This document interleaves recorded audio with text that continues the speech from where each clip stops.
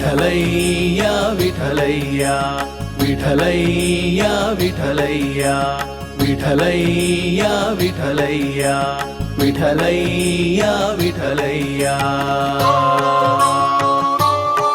ಶ್ರೀ ಗುರುಭ್ಯೋ ನಮಃ. ಹರಿ ಓಂ. ನಾರಾಯಣಂ ನಮಸ್ಕೃತ್ಯ ನರಂಚೈವ ನರೋತ್ತಮಂ ದೇವೀಂ ಸರಸ್ವತೀಂ ವ್ಯಾಸಂ ತಥೋ ಜಯಮುದೀರಯೇತ್. ಪ್ರಥಮೋ ಹನುಮನ್ನಾಮ ದ್ವಿತೀಯೋ ಭೀಮ ಏವ ಚ ಪೂರ್ಣಪ್ರಜ್ಞಸ್ತುತಿಯಸ್ತು ಭಗವತ್ಕಾರ್ಯ ಸಾಧಕಃ. ಆಚಾರ್ಯ ಶ್ರೀಮದಾಚಾರ್ಯ ಸಂತು ಮೇ ಜನ್ಮ ಜನ್ಮನಿ. ತಪೋ ವಿದ್ಯಾ ವಿರಕ್ತ್ಯಾದಿ ಸದ್ಗುಣೌಘಾಕರಾನಹಂ ವಾದಿರಾಜ ಗುರುನ್ ವಂದೇ ಹಯಗ್ರೀವ ದಯಾಶ್ರಯಾನ್. ಪೂಜ್ಯ ರಾಘವೇಂದ್ರಾಯ ಸತ್ಯಧರ್ಮರತಾಯ ಚ ಭಜತಾಂ ಕಲ್ಪವೃಕ್ಷಾಯ ನಮತಾಂ ಕಾಮಧೇನವೇ. ದುರ್ವಾದಿದ್ವಾಂತರವಯೇ ವೈಷ್ಣವೇಂದಿವರೇಂದವೇ ಶ್ರೀ ರಾಘವೇಂದ್ರ ಗುರುವೇ ನಮೋ ಅತ್ಯಂತ ದಯಾಳುವೆ.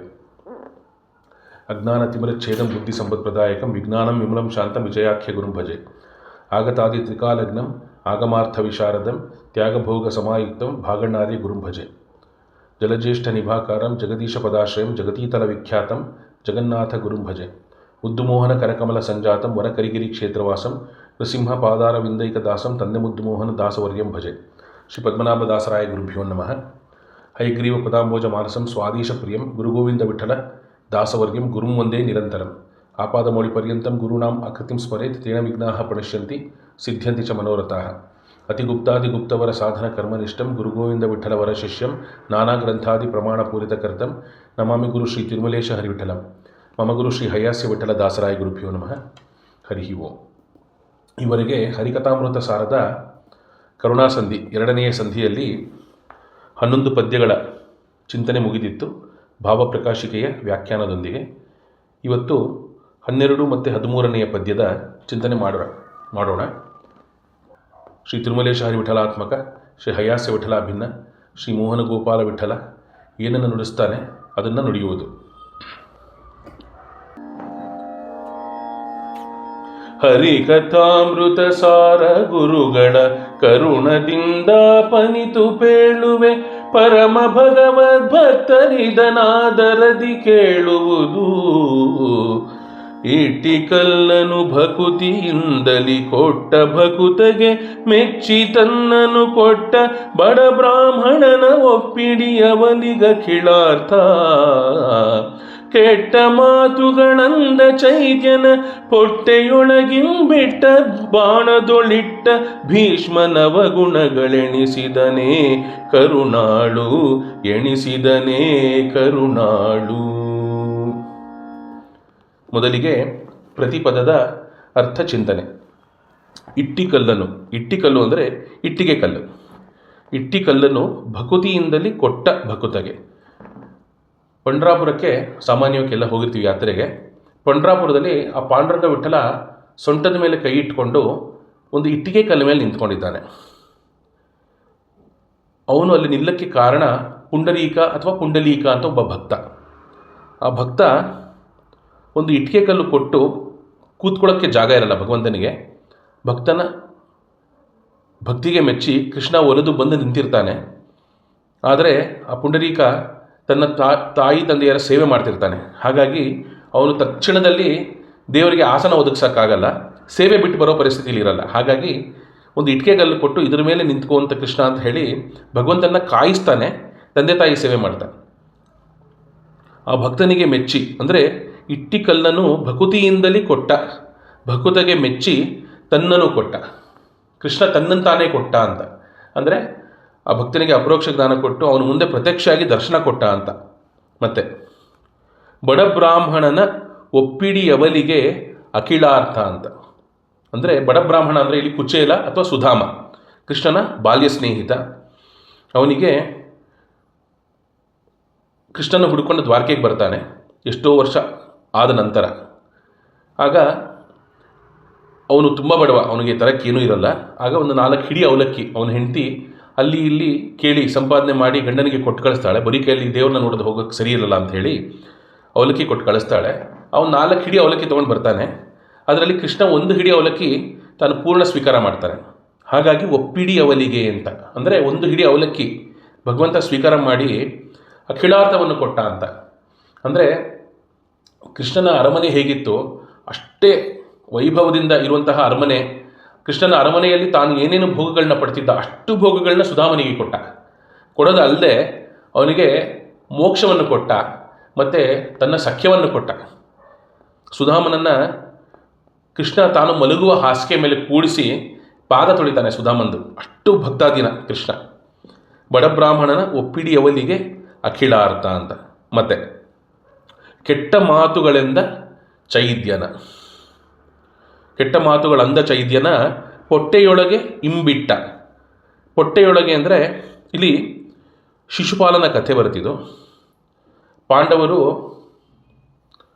ಯಜ್ಞ ಮಾಡ್ತಾರೆ. ಆ ಯಜ್ಞದಲ್ಲಿ ಕೃಷ್ಣನ್ನ ಉಚ್ಚ ಸ್ಥಾನದಲ್ಲಿ ಪೂಜೆ ಕೃಷ್ಣನಿಗಾಗಬೇಕು ಅಂತ ನಿರ್ಧಾರ ಆಗುತ್ತೆ. ಆಗ ಆ ರಾಜಸೂಯ ಯಾಗದಲ್ಲಿ ಕೃಷ್ಣನ್ನ ಪಾದಪೂಜೆಗೆ ಅಂತ ಉಚ್ಚ ಸ್ಥಾನದಲ್ಲಿ ಕೂಡಿಸ್ತಾರೆ.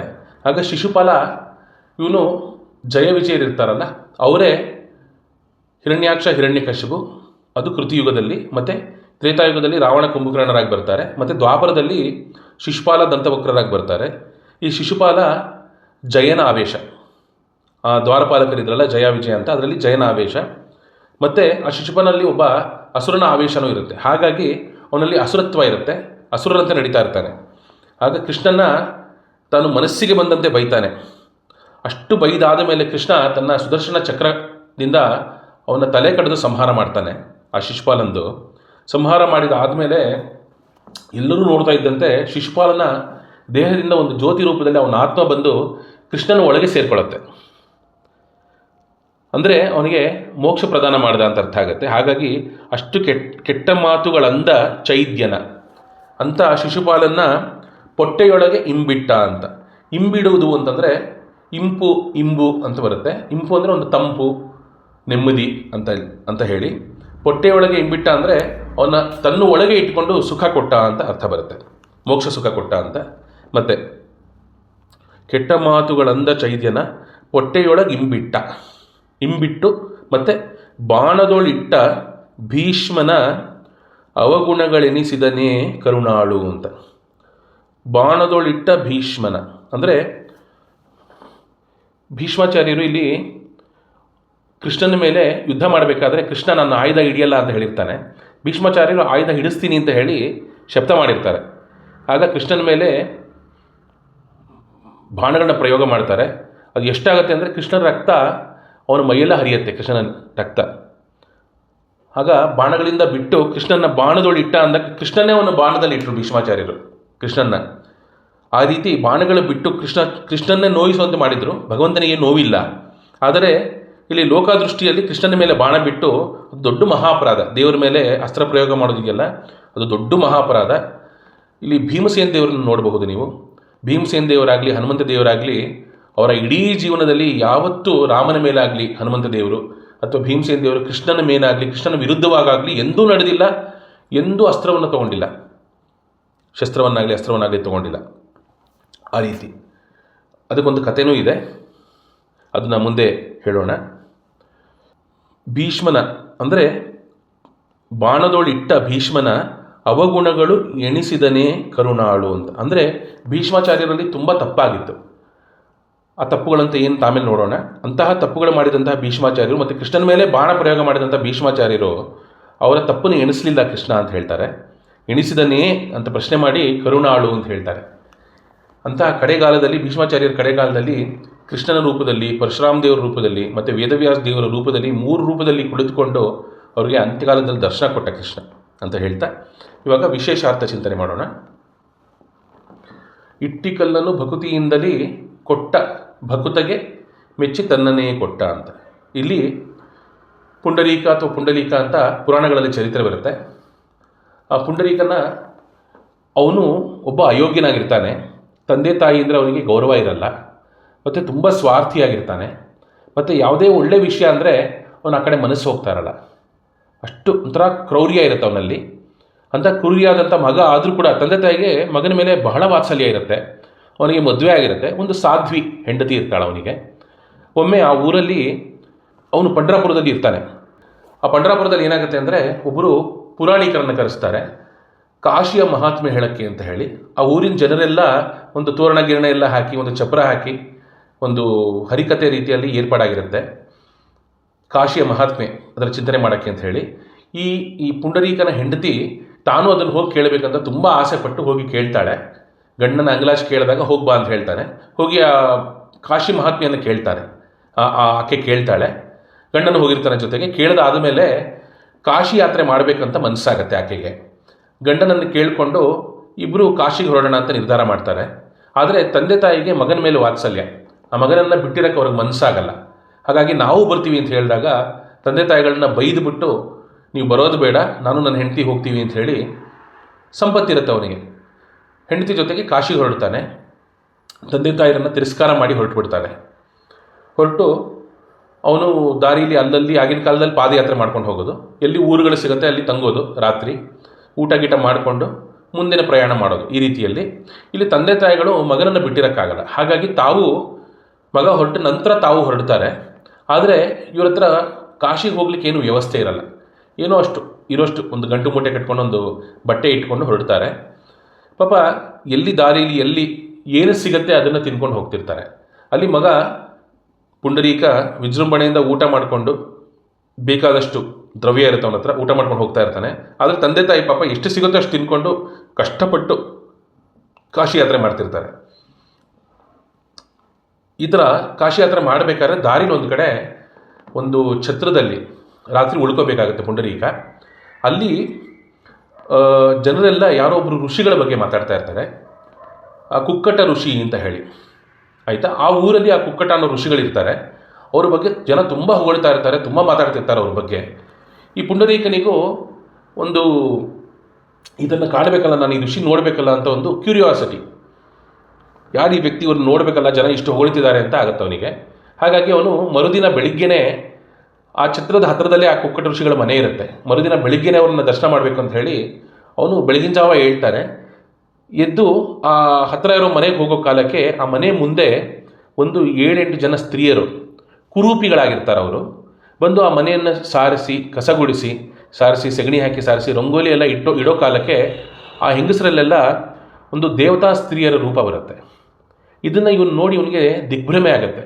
ಬಂದಾಗ ಕುರೂಪಿಯರಾಗಿದ್ದರು, ಈಗ ದೇವತಾ ಸ್ತ್ರೀಯರಂತೆ ಕಾಣ್ತಿದ್ದಾರೆ, ಯಾರು ಅಂತ ತಿಳ್ಕೋಬೇಕು ಅಂತ ಹೇಳಿ ಕುತೂಹಲದಿಂದ ಹೋಗಿ ಆ ದೇವತಾ ಸ್ತ್ರೀಯರಿಗೆ ನಮಸ್ಕಾರ ಮಾಡಿ, ನೀವೆಲ್ಲ ಯಾರು, ಇಲ್ಲಿ ಆದಂತಹ ವಿಚಿತ್ರವನ್ನು ನಾನು ಎಂದೂ ಕಂಡಿಲ್ಲ ಅಂತ ಹೇಳಿ, ಇದನ್ನು ಏನು ಅಂತ ಹೇಳಿದಾಗ ಅವ್ರು ಹೇಳ್ತಾರೆ, ನಾವು ಗಂಗಾದಿ ನದಿಗಳು, ಗಂಗೆ, ಗೋದಾವರಿ ಇತ್ಯಾದಿ ನದಿಗಳು ನಾವು.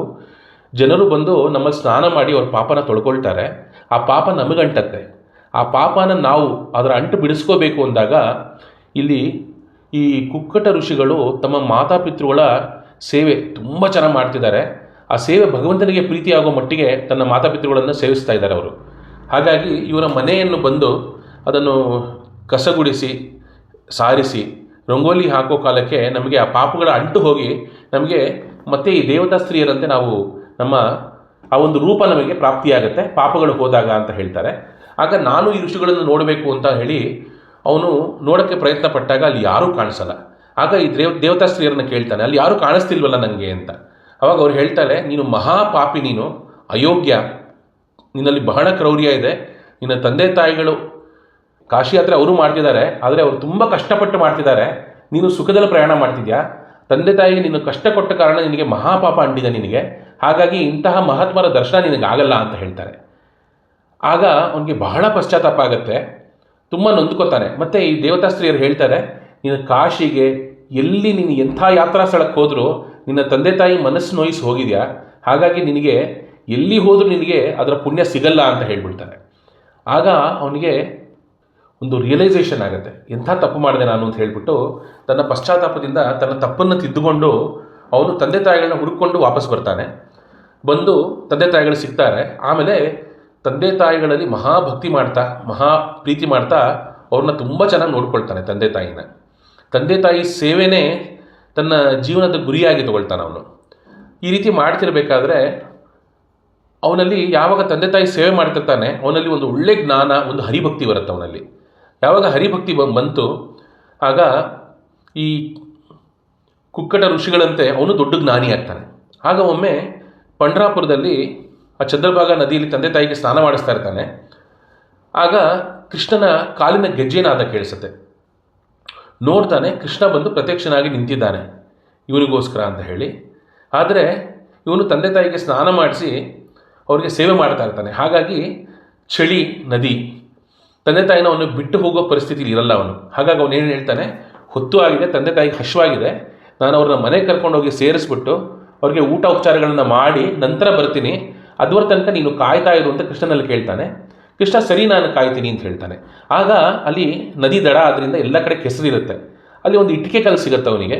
ಆ ಇಟ್ಟಿಗೆ ಕಲ್ಲನ್ನ ಹೀಗೆ ಎಸಿತಾನೆ. ಎಷ್ಟು ಇದ್ರ ಮೇಲೆ ನಿಂತ್ಕೊಂಡು, ನಿನಗೆ ಕೂಡಕ್ಕೆ ನಾನು ಆಸನ ಕೊಡೋಕ್ಕಾಗ್ತಾ ಇಲ್ಲ, ಇದ್ರ ಮೇಲೆ ನಿಂತ್ಕೊಂಡು ಕಾಯಿ ಅಂತ ಹೇಳಿ ತನ್ನ ತಂದೆ ತಾಯಿಗಳನ್ನ ಕರ್ಕೊಂಡು ಹೋಗಿ ಮನೆಗೆ ಕರ್ಕೊಂಡು ಹೋಗಿ ಅವ್ರಿಗೆ ಊಟ ಉಪಚಾರಗಳೆಲ್ಲ ಮಾಡಿಬಿಟ್ಟು ಅವ್ರಿಗೆ ಸುಖಾಸನದಲ್ಲಿ ಕೂಡಿಸ್ಬಿಟ್ಟು ಅವ್ರ ಆಜ್ಞೆಯನ್ನು ಪಡ್ಕೊಂಡು ಮತ್ತೆ ಪಾಂಡುರಂಗ ನೋಡೋಕ್ಕೆ ಅಂತ ಬರ್ತಾನೆ.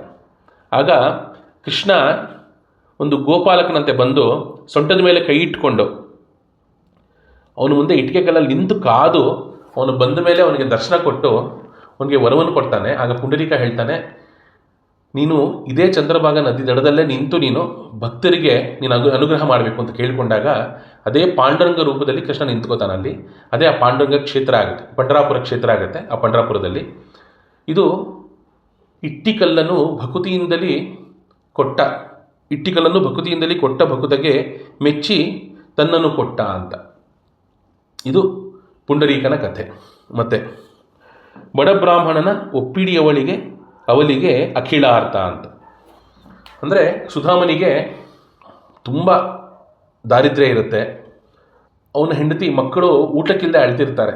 ಆಗ ಅವನ ಹೆಂಡತಿ ಹತ್ರ ಸುಧಾಮ ಬೇಕಾದಷ್ಟು ಸತಿ ಹೇಳಿರ್ತಾನೆ, ಕೃಷ್ಣ ನನ್ನ ಬಾಲ ಸ್ನೇಹಿತ ಅಂತ ಹೇಳಿ ಮಹಾಭಕ್ತಿ ಮಾಡ್ತಿರ್ತಾನೆ ಕೃಷ್ಣನಲ್ಲಿ. ಆಕೆಯೂ ಸಾಧ್ವಿ, ಆಕೆಯೂ ಮಹಾಭಕ್ತಳು, ಕೃಷ್ಣನ ಭಕ್ತಳು. ಹಾಗಾಗಿ ಅವಳು ಹೋಗಿ ಕೃಷ್ಣನ ನೋಡ್ಕೊಂಬ ಅಂತ ಹೇಳ್ತಾನೆ ಇರ್ತಾಳೆ. ಸುಧಾಮನಿಗೆ ಒಮ್ಮೆ ಹೌದು ಭಗವಂತನ ದರ್ಶನ ಮಾಡ್ಕೊಂಬ ಅಂತ ಹೇಳ್ತಿದ್ದಾಳೆ, ಅದರಲ್ಲಿ ತಪ್ಪೇನಿದೆ ಅಂತ ಹೇಳಿ ಹೊರಡಲಿಕ್ಕೆ ಅಂತ ತಯಾರಾಗ್ತಾನೆ. ಆಗ ಕೃಷ್ಣನ ಹೋಗಿ ನೋಡಬೇಕಾದ್ರೆ, ದೊಡ್ಡವ್ರನ್ನ ಹೋಗಿ ನೋಡಬೇಕಾದ್ರೆ ಏನೋ ಒಂದು ಕೊಟ್ಟು ನೋಡಿ ಬರುವಂಥ ಒಂದು ರೂಢಿ. ಹಾಗಾಗಿ ಆ ಮನೇಲಿ ಕೊಟ್ಟು ಕಳ್ಸೋಕ್ಕೂ ಏನಿರಲ್ಲ.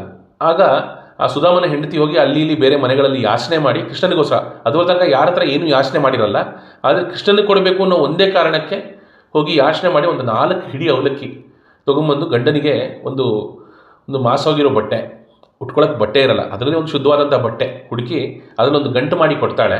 ಅದು ಸುಧಾಮ ಅದನ್ನು ತೊಗೊಂಬಂದಾಗ ಇಲ್ಲಿ ರಾಜಾದಿರಾಜರುಗಳು ಕಾಯ್ತಾ ಇರ್ತಾರೆ ಕೃಷ್ಣನ್ ನೋಡಬೇಕು ಅಂತ ಹೇಳಿ. ಆದರೆ ಕೃಷ್ಣ ಆಜ್ಞೆ ಮಾಡಿರ್ತಾನೆ ಕಾವಲುಗಾರರಿಗೆ, ರಾಜಾದಿರಾಜರು ಬಂದಾಗೆಲ್ಲ ಅವ್ರನ್ನ ಕಾಯಿಸಿ ಪರವಾಗಿಲ್ಲ, ಆದರೆ ದೀನರು, ಕೈಲಾಗದವರು, ಬಡವರು, ಯಾರಿಗೆ ಏನಾದರೂ ಅವಶ್ಯಕತೆ ಇರುತ್ತಲ್ಲ ಅಂಥವ್ರು ಬಂದಾಗ ಅವ್ರಿಗೆ ತಕ್ಷಣ ಯಾವ ಹೊತ್ತಾದರೂ ಆಗಲಿ ಅರಮನೆ ಒಳಗೆ ಕಳಿಸಿ ಅಂತ ಹೇಳಿರ್ತಾನೆ. ಆಗ ಸುಧಾಮ ಬಂದಿದ್ದ ವಿಷಯ ಕೃಷ್ಣನಿಗೂ ಕಾವಲುಗಾರರಿಂದ ತಿಳಿಯುತ್ತೆ. ಕೃಷ್ಣ ತಾನೇ ಗೆಜ್ಜೆ ಹಾಕೊಂಡು ಓಡಿ ಬರ್ತಾನೆ. ಬಂದು ಆ ಸುಧಾಮನನ್ನು, ಆ ಕೃಷ್ಣನ ವೈಭವ, ಆ ದ್ವಾರಕೆಯಲ್ಲಿ ಅವನ ಅಲಂಕಾರ, ಲಕ್ಷ್ಮೀಪತಿ, ಕಿರೀಟ, ಮಕರಕುಂಡಲಗಳು, ಕಂಠಿಹಾರ, ಕೌಸ್ತುಭ ಹಾಲ ಮತ್ತು ತೋಳುಬಂದಿಗಳು, ಗೆಜ್ಜೆ, ಇದೆಲ್ಲ ಹಾಕಿ ಕೃಷ್ಣನ ಬಂಗಾರದ ಗೆಜ್ಜೆ, ಲಕ್ಷ್ಮೀಪತಿ ಆದ್ದರಿಂದ ಇದೆಲ್ಲ ಹಾಕಿ ಕೃಷ್ಣ ಬಂದು ಸುಧಾಮನನ್ನು ಬಾಚಿ ಅಪ್ಕೊಂಡು ಕೃಷ್ಣನಿಗೆ ಸುಧಾಮನ್ ನೋಡಿ ಕೃಷ್ಣನಲ್ಲಿ ಆನಂದ ಭಾಷೆ ಬರುತ್ತೆ. ಅಷ್ಟು ತೃಪ್ತಿ ಪಡ್ತಾನೆ ಕೃಷ್ಣ ಸುಧಾಮನ್ ನೋಡಿ. ಸುಧಾಮ ಅಂತೂ ಕೃಷ್ಣ ನೋಡಿ ಮೈ ಮರೆತು ಬಿಡ್ತಾನೆ. ಆಮೇಲೆ ಸುಧಾಮನಿಗೆ ಒಳ್ಳೆ ಆತಿಥ್ಯವನ್ನು ಕೊಟ್ಟು ಕೃಷ್ಣನ ತನ್ನ ಹಾಸಿಗೆ ಮೇಲೆ ಕೂಡಿಸಿ ಅವತ್ತು ರಾತ್ರಿ ಸುಧಾಮನ ಜೊತೆ ಕಳೀತಾನೆ. ಮತ್ತು ಸುಧಾಮನ ಪಾದ ತೊಳೆದು ತಾನು ಪ್ರೋಕ್ಷಣೆ ಮಾಡಿಕೊಂಡು ದ್ವಾರಕೆಗೆಲ್ಲ ಪ್ರೋಕ್ಷಣೆ ಮಾಡಿಸ್ತಾನೆ. ಅಂದರೆ ಅನಂತ ಕೋಟಿ ಬ್ರಹ್ಮಾಂಡ ನಾಯಕ, ಅಷ್ಟು ದೊಡ್ಡವನಾದರೂ ಕೂಡ ತನ್ನ ಭಕ್ತರ ಪಾದ ತೊಳೆಯುವಷ್ಟು ಭಕ್ತಾಧೀನ ಆಗ್ತಾನೆ ಕೃಷ್ಣ. ಮಗುವಿನಂತೆ ಭಕ್ತರ ಬಳಿಯಲ್ಲಿ ತಾನು ಸೋತು ಬಿಡ್ತಾನೆ. ಹೇಗೆ ರುಕ್ಮಿಣಿಗೆ, ದ್ರೌಪದಿ ದೇವಿಗೆ ಹೇಗೆ ಕರೆದ ತಕ್ಷಣ ಬಂದು ಒಲಿತಾ ಇದ್ದ, ಅಥವಾ ಯಶೋಧಾದೇವಿ ಹಗ್ಗಕ್ಕೆ, ಸಣ್ಣ ಕರು ಕಟ್ಟೋ ಹಗ್ಗಕ್ಕೆ ಹೇಗೆ ಕಟ್ಟಿಬಿದ್ದ, ಆ ರೀತಿಯಲ್ಲಿ ಅವನು ಭಕ್ತಾಧೀನ ಆದ್ದರಿಂದ ಸುಧಾಮನಿಗೆ ಈ ರೀತಿ ಒಂದು ಸುಧಾಮ ಹೊರಡಬೇಕಾದ್ರೆ ಅವನು ಬಂದ ವಿಷಯನೇ ಮರೆತು ಬಿಡ್ತಾನೆ. ಕೃಷ್ಣನ್ ನೋಡಿದ್ದು ತೃಪ್ತಿಯಲ್ಲಿ ಅವನು ಹೊರಟ್ಬಿಡ್ತಾನೆ. ಆದರೆ ಸುಧಾಮನ ಕೈಯಲ್ಲಿ ಏನು ಕೊಟ್ಟು ಕಳಿಸಲ್ಲ ಕೃಷ್ಣ. ಯಾಕೆಂದರೆ ಕೈಯಲ್ಲಿ ಕೊಟ್ಟು ಕಳಿಸಿದ್ರೆ ಅದು ತುಂಬ ಅಲ್ಪ ಆಗುತ್ತೆ. ಒಬ್ಬ ಬ್ರಾಹ್ಮಣ ಎಷ್ಟು ತೊಗೊಂಡು ಹೋಗಾಗ್ಬೋದು ಕೈಯಲ್ಲಿ ಅಂತ. ಕೃಷ್ಣ ಸುಧಾಮ ಅವನು ಮನೆಗೆ ಹೋಗೋ ಕಾಲಕ್ಕೆ ಸುಧಾಮನ ರುಕ್ಮಿಣಿ ಕೃಷ್ಣ ಅವರ ಗೃಹ ಹೇಗಿತ್ತು, ಅಂದರೆ ಅವರ ಅರಮನೆ ಹೇಗಿತ್ತು, ಆ ರೀತಿಯಲ್ಲಿ ಅರಮನೆ ಕಟ್ಟಿಸಿ ಸುಧಾಮನಿಗೆ ಕೃಷ್ಣ ತಾನು ಏನು ವೈಭವ ಪಡ್ತಿದ್ದ ದ್ವಾರಕೆಯಲ್ಲಿ ಅಷ್ಟೂ ವೈಭವವನ್ನು ಸುಧಾಮನಿಗೆ ಕೊಡ್ತಾನೆ. ಅಷ್ಟಲ್ಲದೆ ಸುಧಾಮನಿಗೆ ಮೋಕ್ಷವನ್ನು ಕೊಡ್ತಾನೆ ಅಂತ ಹೇಳಿ. ಅಖಿಲಾರ್ಥ ಅಂದಾಗ ಧರ್ಮಾರ್ಥ ಕಾಮ ಮೋಕ್ಷಗಳು ಎಲ್ಲ ಪುರುಷಾರ್ಥಗಳ ಸಾಧನೆ ಆಗುತ್ತೆ ಸುಧಾಮನಿಗೆ ಕೃಷ್ಣನಲ್ಲಿ ಭಕ್ತಿ ಮಾಡಿದ್ರಿಂದ ಅಂತ. ಮತ್ತೆ ಕೆಟ್ಟ ಮಾತುಗಳಂದ ಚೈದ್ಯನ ಪೊಟ್ಟೆಯೊಳಗೆ ಇಂಬಿಟ್ಟ ಅಂತ. ಅಂದರೆ ಇಲ್ಲಿ ಚೈದ್ಯ ಅಂತ ಯಾಕೆ ಕರೆದಿದ್ದಾರೆ ಅಂದರೆ, ಶಿಶುಪಾಲ ಚೇದಿ ಅನ್ನೋ ಒಂದು ದೇಶಕ್ಕೆ ರಾಜ, ಚೇದಿ ರಾಜ. ಹಾಗಾಗಿ ಚೈದ್ಯ ಅಂದರೆ ಆ ಚೇದಿ ಅನ್ನೋ ರಾಜ್ಯಕ್ಕೆ ಅವನು ಒಡೆಯಾದ್ರಿಂದ ಅವನು ಶಿಶುಪಾಲ ಚೈದ್ಯ ಅಂತ ಕರೆದಿದ್ದಾರೆ ಇಲ್ಲಿ. ಮತ್ತು ಆ ಶಿಶುಪಾಲ ಹಿಂದೆ ಹೇಳಿದ ಹಾಗೆ ಜಯ, ಆ ಸನಕ ಸನಂದಾದಿಗಳ ಶಾಪದಿಂದ ರಾಕ್ಷಸನಾಗಿ ಜನ್ಮ ತಾಳಿರ್ತಾನೆ. ಅವನಲ್ಲಿ ಈ ಬ್ರಹ್ಮಪುತ್ರನಾದಂತಹ ಆದಿಹಿರಣ್ಯ ಅನ್ನೋ ಒಬ್ಬ ಅಸುರನ ಆವೇಶ ಇರುತ್ತೆ ಅವನಲ್ಲಿ. ಹಾಗಾಗಿ ಅವನು ಜಯ ಮೂಲತಃ ಅವನು ಬಹಳ ಭಕ್ತ, ಆದರೆ ಈ ಅಸುರನ ಆವೇಶದಿಂದ ದ್ವಯಾವೇಶ ಇರುತ್ತೆ ಅವನಲ್ಲಿ. ಈ ಹಿರಣ್ಯಾಕ್ಷ ಹಿರಣ್ಯಕಶಿಪುಗಳಲ್ಲಾಗಲಿ ಅಥವಾ ರಾವಣ ಕುಂಭಕರ್ಣರಲ್ಲಾಗಲಿ ಅಥವಾ ಶಿಶುಪಾಲ ದಂತವಕ್ರರಲ್ಲಾಗಲಿ ದ್ವಯಾವೇಶ ಇರುತ್ತೆ. ಹಾಗಾಗಿ ಅಸುರಾವೇಶದಿಂದ ಮನಸ್ಸಿಗೆ ಬಂದಂತೆ ಕೃಷ್ಣನ ಬೈತಾನೆ. ಆ ರಾಜಸೂಯ ಯಾಗ ಮಾಡಿದಾಗ ಕೃಷ್ಣನ ಉಚ್ಚಸ್ಥಾನದಲ್ಲಿಟ್ಟು ಕೃಷ್ಣನ ಪೂಜೆ ಮಾಡ್ತಾರೆ. ಆಗ ಮನಸ್ಸಿಗೆ ಬಂದಂತೆ ಬೈತಾನೆ. ಅಷ್ಟು ಬೈದಾದ ಮೇಲೆ ಕೃಷ್ಣ ತನ್ನ ಸುದರ್ಶನ ಚಕ್ರದಿಂದ ಅವನ ತಲೆ ಕಡಿತಾನೆ ಕೃಷ್ಣ. ಆಮೇಲೆ ಎಲ್ಲರೂ ನೋಡ್ತಿದ್ದಂತೆ ಅವನ ಆತ್ಮ ಬಂದು ಕೃಷ್ಣನಲ್ಲೇ ಸೇರ್ಕೊಳ್ಳುತ್ತೆ. ಅಂದರೆ ಅಷ್ಟು ಬೈದ ಅಂತ ಹೇಳಿ ಭಗವಂತನಿಗೆ ಕೋಪ ಬರಲ್ಲ, ಅವನು ಮೂಲದಲ್ಲಿ ಸ್ವಭಾವದಲ್ಲಿರೋ ಗುಣ ಮಾತ್ರ ನೋಡ್ತಾನೆ. ಹಾಗಾಗಿ ದೇವರು ಭಕ್ತನ ಮೇಲೆ ಕೋಪಿಸ್ಕೊಂಡ ಅಂತ ಎಲ್ಲೂ ಚರಿತ್ರೆಯಲ್ಲೇ ಇಲ್ಲ. ಮತ್ತು ಬಾಣದಲ್ಲಿಟ್ಟ ಭೀಷ್ಮನ ಅವಗುಣಗಳೆನಿಸಿದನೇ ಕರುಣಾಳು ಅಂತ. ಇಲ್ಲಿ ಕೆಲವು ಬಾರಿ ಭೀಷ್ಮಾಚಾರ್ಯರಿಂದ ದೊಡ್ಡ ದೊಡ್ಡ ತಪ್ಪು ನಡೆದಿದೆ. ದ್ರೌಪದಿ ಅವಳನ್ನು ತುಂಬು ಸಭೆಯಲ್ಲಿ ಅವಮಾನ ಮಾಡಬೇಕಾದ್ರೆ ಭೀಷ್ಮಾಚಾರ್ಯರು ಅಲ್ಲೇ ಇರ್ತಾರೆ. ಭೀಷ್ಮಾಚಾರ್ಯರ ಮಾತು ಎಲ್ಲರೂ ಕೇಳ್ತಿರ್ತಾರೆ. ದುರ್ಯೋಧನ ಕೇಳ್ತಾನೆ ಬಿಡ್ತಾನೆ, ಅದು ಅವನು ದುರ್ಯೋಧನ ದುಷ್ಟ. ಹಾಗಾಗಿ ಇಲ್ಲಿ ಭೀಷ್ಮಾಚಾರ್ಯರು ಮೌನವಾಗಿರ್ತಾರೆ. ಅಧರ್ಮ ಖಂಡನೆ ಮಾಡಬೇಕಾಗಿತ್ತು ಆ ಕಾಲದಲ್ಲಿ, ಆದರೆ ಅವರು ಮೌನದಿಂದ ಇದ್ದುಬಿಡ್ತಾರೆ. ದ್ರೌಪದಿ ಅವಮಾನ ನೋಡಿಕೊಂಡು ಸುಮ್ಮನೆ ಇದ್ದ ಕಾರಣ ಕೃಷ್ಣನಿಗೆ ಭೀಷ್ಮಾಚಾರ್ಯರಲ್ಲಿ ತುಂಬ ಕೋಪ ಇರುತ್ತೆ. ದ್ರೌಪದಿ ಮಹಾಕೃಷ್ಣನ ಭಕ್ತಳು, ಪಾಂಡವರಿಗೆ ಅವಮಾನ ಆಯಿತು, ದ್ರೌಪದಿಗೆ ಅವಮಾನ ಮಾಡೋ ಕಾಲಕ್ಕೆ ಭೀಷ್ಮಾಚಾರ್ಯ ಸುಮ್ಮನೆ ಇದ್ದರಿಂದ ಕೃಷ್ಣನಿಗೆ ಅದು ದೊಡ್ಡ ತಪ್ಪು ಅಂತ ಕೃಷ್ಣನಿಗೆ ಅನಿಸಿರುತ್ತೆ. ಮತ್ತು ಅವನು ಪ್ರತಿಜ್ಞೆ ಮಾಡಿರ್ತಾನೆ, ಕೃಷ್ಣ ಆಯುಧ ಹಿಡಿಯಲ್ಲ ನಾನು ಅಂತ ಹೇಳಿ. ಆದರೆ ಭೀಷ್ಮಾಚಾರ್ಯರು ಕೃಷ್ಣನಿಂದ ಆಯುಧ ಹಿಡಿಸ್ತೀನಿ ಅಂತ ಅವರು ಪ್ರತಿಜ್ಞೆ ಮಾಡ್ತಾರೆ. ಆಗ ಕೃಷ್ಣನ ಮೇಲೆ ಬಾಣಗಳನ್ನು ಬಿಟ್ಟು ದೇವರ ದೇಹದಿಂದ ರಕ್ತ ಸೋರಿಯುವಂತೆ ಮಾಡ್ತಾನೆ ಭೀಷ್ಮಾಚಾರ್ಯರು. ರಕ್ತ ಸುರಿತಾ ಇರುತ್ತೆ ಕೃಷ್ಣನ ದೇಹದಿಂದ. ಆಗ ಅರ್ಜುನ ಭೀಷ್ಮಾಚಾರ್ಯರು ತನ್ನ ತಾತ ಅನ್ನೋ ಕಾರಣಕ್ಕೆ ಮೃದುವಾಗಿ ಯುದ್ಧ ಮಾಡ್ತಿರ್ತಾನೆ, ರಭಸದಿಂದ ಯುದ್ಧ ಮಾಡ್ತಿರಲ್ಲ. ಆಗ ಕೃಷ್ಣ ಅರ್ಜುನನಿಗೆ ಬುದ್ಧಿ ಹೇಳಬೇಕು ಅಂತ ಹೇಳಿ ತನ್ನ ಪ್ರತಿಜ್ಞೆಯನ್ನು ಮುರ್ಕೊಂಡು ಒಂದು ರಥದ ಚಕ್ರ ತಗೊಂಡು ಭೀಷ್ಮಾಚಾರ್ಯರನ್ನು ನೀನು ಈಗಲೇ ಕೊಂದುಬಿಡ್ತೀನಿ ಅಂತ ಹೇಳಿ ಬರ್ತಾನೆ. ಆಗ ಅರ್ಜುನ ಕೃಷ್ಣನ ಕಾಲಿಡ್ಕೊಂಡು ನನ್ನ ತಾತ ಹಾಗೆ ನೀನು ಕೊಲ್ಲಬೇಡ ಅಂತ ಹೇಳ್ತಾನೆ. ಆದರೆ ನಾಟಕೀಯವಾಗಿ ಕೃಷ್ಣ ಭೀಷ್ಮಾಚಾರ್ಯರ ಮೇಲೆ ಕೋಪ ತೋರಿಸ್ತಾನೆ. ಆದರೆ ತನ್ನ ಪ್ರತಿಜ್ಞೆಗಿಂತ ತನ್ನ ಭಕ್ತನ ಪ್ರತಿಜ್ಞೆ ದೇವರಿಗೆ ಮುಖ್ಯ ಆಗುತ್ತೆ. ಹಾಗಾಗಿ ಭಕ್ತನಿಗೋಸ್ಕರ ಸೋಲುವಂತಹ ದಯಾಳು ಕೃಷ್ಣ ಭಗವಂತ. ಮತ್ತು ಪರಶುರಾಮ ದೇವರು ಅಂಬೆನ ವಿವಾಹ ಆಗುವಂತ ಹೇಳಿರ್ತಾರೆ. ಆದರೆ ಅವನಷ್ಟೊತ್ತಿಗೆ ಭೀಷ್ಮಾಚಾರ್ಯರು ನಾನು ಬ್ರಹ್ಮಚರ್ಯ ಪರಿಪಾಲನೆ ಮಾಡ್ತೀನಿ ಅಂತ ಹೇಳಿ ತಂದೆಗೆ ಮಾತು ಕೊಟ್ಬಿಟ್ಟಿರ್ತಾನೆ. ಹಾಗಾಗಿ ಅಂಬೆನ ನಾನು ಮದುವೆ ಆಗಲ್ಲ ಅಂತ ಹೇಳಿದಾಗ ಪರಶುರಾಮ ದೇವರಿಗೆ ಮತ್ತು ಭೀಷ್ಮಾಚಾರ್ಯರಿಗೆ ಯುದ್ಧ ಆಗುತ್ತೆ. ಅಲ್ಲಿ ಪರಶುರಾಮ ದೇವರು ಸಾಕ್ಷಾತ್ ನಾರಾಯಣನ ಅವತಾರ. ಅವರ ಜೊತೆಗೆ ಯುದ್ಧ ಮಾಡಿ ಅಲ್ಲೂ ತಪ್ಪು ಕೆಲಸ ಮಾಡಿರ್ತಾರೆ ಭೀಷ್ಮಾಚಾರ್ಯರು. ಮತ್ತು ಮಹಾಭಾರತ ಯುದ್ಧದಲ್ಲಿ ಕೌರವರ ಪಕ್ಷದಲ್ಲಿ ನಿಂತುಕೊಂಡು ಯುದ್ಧ ಮಾಡ್ತಾರೆ. ಇದು ಕೃಷ್ಣನ ಚಿತ್ತಕ್ಕೆ ವಿರುದ್ಧವಾಗಿ. ಕೃಷ್ಣನ ಮೂಲ ಚಿತ್ತದಲ್ಲಿ ಭೀಷ್ಮಾಚಾರ್ಯರು ಕೌರವ ಬಳಿಯಲ್ಲೇ ಯುದ್ಧ ಮಾಡಬೇಕಂತ ಇರುತ್ತೆ, ಅದು ಅವನ ಆಟನೇ. ಆದರೆ ಕೃಷ್ಣನ ವಿರುದ್ಧವಾಗಿ ನಡ್ಕೊಳ್ತಾರೆ. ಹಾಗಾಗಿ ಅದು ದೊಡ್ಡ ತಪ್ಪು. ಇಷ್ಟಾದರೂ ಕೂಡ ಭೀಷ್ಮಾಚಾರ್ಯರನ್ನು ಅವರ ಕಡೆಗಾಲದಲ್ಲಿ ಇಲ್ಲಿ ಬಾಣದೋಳು ಇಟ್ಟ ಅಂತ ಹೇಳಿದಾಗ ಭೀಷ್ಮಾಚಾರ್ಯರಿಗೆ ಲೌಕಿಕವಾಗಿ ಕೊಡೋ ಶಿಕ್ಷೆಯನ್ನು ಭಗವಂತ ಕೊಟ್ಟಿದ್ದಾನೆ. ಯಾಕೆ ಅಂದರೆ ಆ ಕರ್ಮ ಕಳಿಬೇಕು. ಕರ್ಮ ಕಳೆದಾಗ ಶುದ್ಧವಾಗುತ್ತೆ ಜೀವ ಶುದ್ಧ ಆದಾಗ ಭಗವಂತನಿಗೆ ಹತ್ತಿರ ಆಗುತ್ತೆ. ಹಾಗಾಗಿ ಆ ದುಷ್ಕರ್ಮಗಳಂದರೆ ಬೆಟ್ಟದಷ್ಟು ಕರ್ಮ ಇದ್ದರೆ ಅದೊಂದು ಸಣ್ಣ ಹತ್ತಿ ತಲೆ ಮೇಲೆ ಬಿದ್ದರೆ ಎಷ್ಟು ನೋವಾಗ್ಬೋದು, ಅಷ್ಟು ಮಟ್ಟಿಗೆ ಸಣ್ಣ ರೂಪದಲ್ಲಿ ದೊಡ್ಡ ದೊಡ್ಡ ಕರ್ಮಗಳನ್ನು ಕಳೀತಾನೆ ಕೃಷ್ಣ. ಆ ರೀತಿಯಲ್ಲಿ ಬಾಣದಲ್ಲಿಟ್ಟ ಭೀಷ್ಮನ ಅಂತಂದಾಗ ಕೃಷ್ಣನ್ನ ಭೀಷ್ಮಾಚಾರ್ಯರು ಬಾಣಗಳನ್ನು ಬಿಟ್ಟು ಕೃಷ್ಣನ್ನ ರಕ್ತ ಸುರಿಯುವಂತೆ ಮಾಡಿದ್ರು. ಇನ್ನೊಂದು ಅದೇ ಬಾಣದ ಹಾಸಿಗೆ ಮೇಲೆ ಕೃಷ್ಣನೇ ಭೀಷ್ಮಾಚಾರ್ಯರನ್ನು ಇಟ್ಟು ಅವರನ್ನು ಕರ್ಮ ಕಳೆದು ಶುದ್ಧಿ ಮಾಡ್ದ ಅಂತ ಹೇಳಿ. ಮತ್ತು ಅಂಥ ಭೀಷ್ಮಾಚಾರ್ಯರ ಅವಗುಣಗಳು ಎಣಿಸಿದನೇ ಕರುಣಾಳು ಅಂತ. ಅಂದರೆ ವಿಷ್ಣು ಸಹಸ್ರನಾಮವನ್ನು ಭೀಷ್ಮಾಚಾರ್ಯರ ಬಾಯಿಂದನೇ ಹೇಳಿಸ್ತಾನೆ ಕೃಷ್ಣ. ಅಲ್ಲಿ 3 ರೂಪಗಳಲ್ಲಿ ಮುಂದೆ ಕೂತ್ಕೊಂಡಿರ್ತಾನೆ. ಒಂದು ಕೃಷ್ಣನ ರೂಪದಲ್ಲಿ, ಒಂದು ಪರಶುರಾಮ ದೇವರ ರೂಪದಲ್ಲಿ, ಮತ್ತು ವೇದವ್ಯಾಸ ದೇವರ ರೂಪದಲ್ಲಿ 3 ರೂಪದಲ್ಲಿ ಕೂತ್ಕೊಂಡು ಭೀಷ್ಮಾಚಾರ್ಯರ ಬಾಯಿಂದ ವಿಷ್ಣು ಸಹಸ್ರನಾಮ ಹೇಳಿಸ್ತಾನೆ. ಅವನ ನಾಲಿಗೆಯಲ್ಲಿ ನಿಂತು ನುಡಿತಾನೆ ಕೃಷ್ಣ. ಅಷ್ಟು ಅನುಗ್ರಹ ಮಾಡ್ತಾನೆ ಭೀಷ್ಮಾಚಾರ್ಯರಿಗೆ. ಮತ್ತು ಭೀಷ್ಮ ಸ್ತವರಾಜ ಅಂತ ಹೇಳಿ ಭೀಷ್ಮಾಚಾರ್ಯರಿಂದ ಕೃಷ್ಣ ಬಹಳ ಸಾರಿ ಹೊಗಳಿಸ್ಕೊಳ್ತಾನೆ.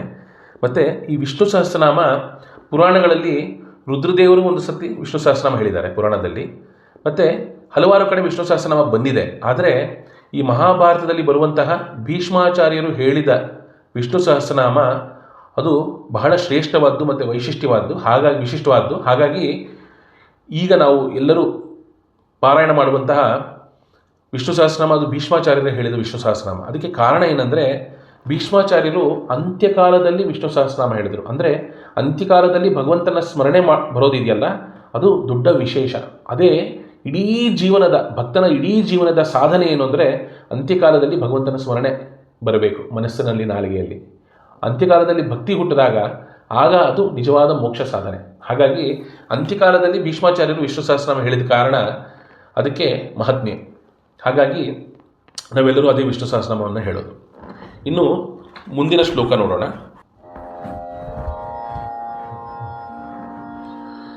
ಹರಿಕಥಾಮೃತ ಸಾರ ಗುರುಗಳ ಕರುಣದಿಂದ ಪನಿತು ಪೇಳುವೆ, ಪರಮ ಭಗವದ್ಭಕ್ತನಿದನಾದರದಿ ಕೇಳುವುದು. ಧನವ ಸಂರಕ್ಷಿಸುವ ಪಣಿತಾನುಣದೆ ಮತ್ತೊಬ್ಬರಿಗೆ ಕೊಡದನು ದಿನದಿ ನೋಡುತ್ತ ಸುಖಿಸುವಂದದಿ ಲಕುಮಿ ವಲ್ಲಭನು.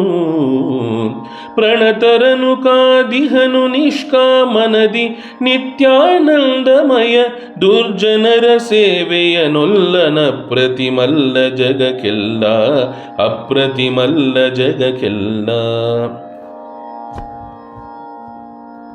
ಧನವ ಸಂರಕ್ಷಿಸುವ ಫಣಿ. ನಾವು ಲೋಕಾರೂಢಿಯಾಗಿ ಕೇಳಿರ್ತೀವಿ, ಎಲ್ಲಾದರೂ ನಿಧಿ ಇದ್ದರೆ ಅದನ್ನು ಒಂದು ಸರ್ಪ ಕಾವಲು ಕಾಯ್ತಾ ಇದೆ ಅಂತ ಹೇಳಿತು. ಇದು ಲೋಕಾರೂಢಿ. ಇದನ್ನು ಈ ಪದ್ಯದಲ್ಲಿ ಹೇಳ್ತಾರೆ, ಧನವ ಸಂರಕ್ಷಿಸುವ ಫಣಿ ತಾನುಣದೆ ಮತ್ತೊಬ್ಬರಿಗೆ ಕೊಡದೆ. ಅಂದರೆ ಈ ಹಾವು ಧನನ ಸಂರಕ್ಷಣೆ ಮಾಡ್ತಾ ಇರುತ್ತೆ. ಫಣಿ ಅಂದರೆ ಹಾವು, ಸರ್ಪ.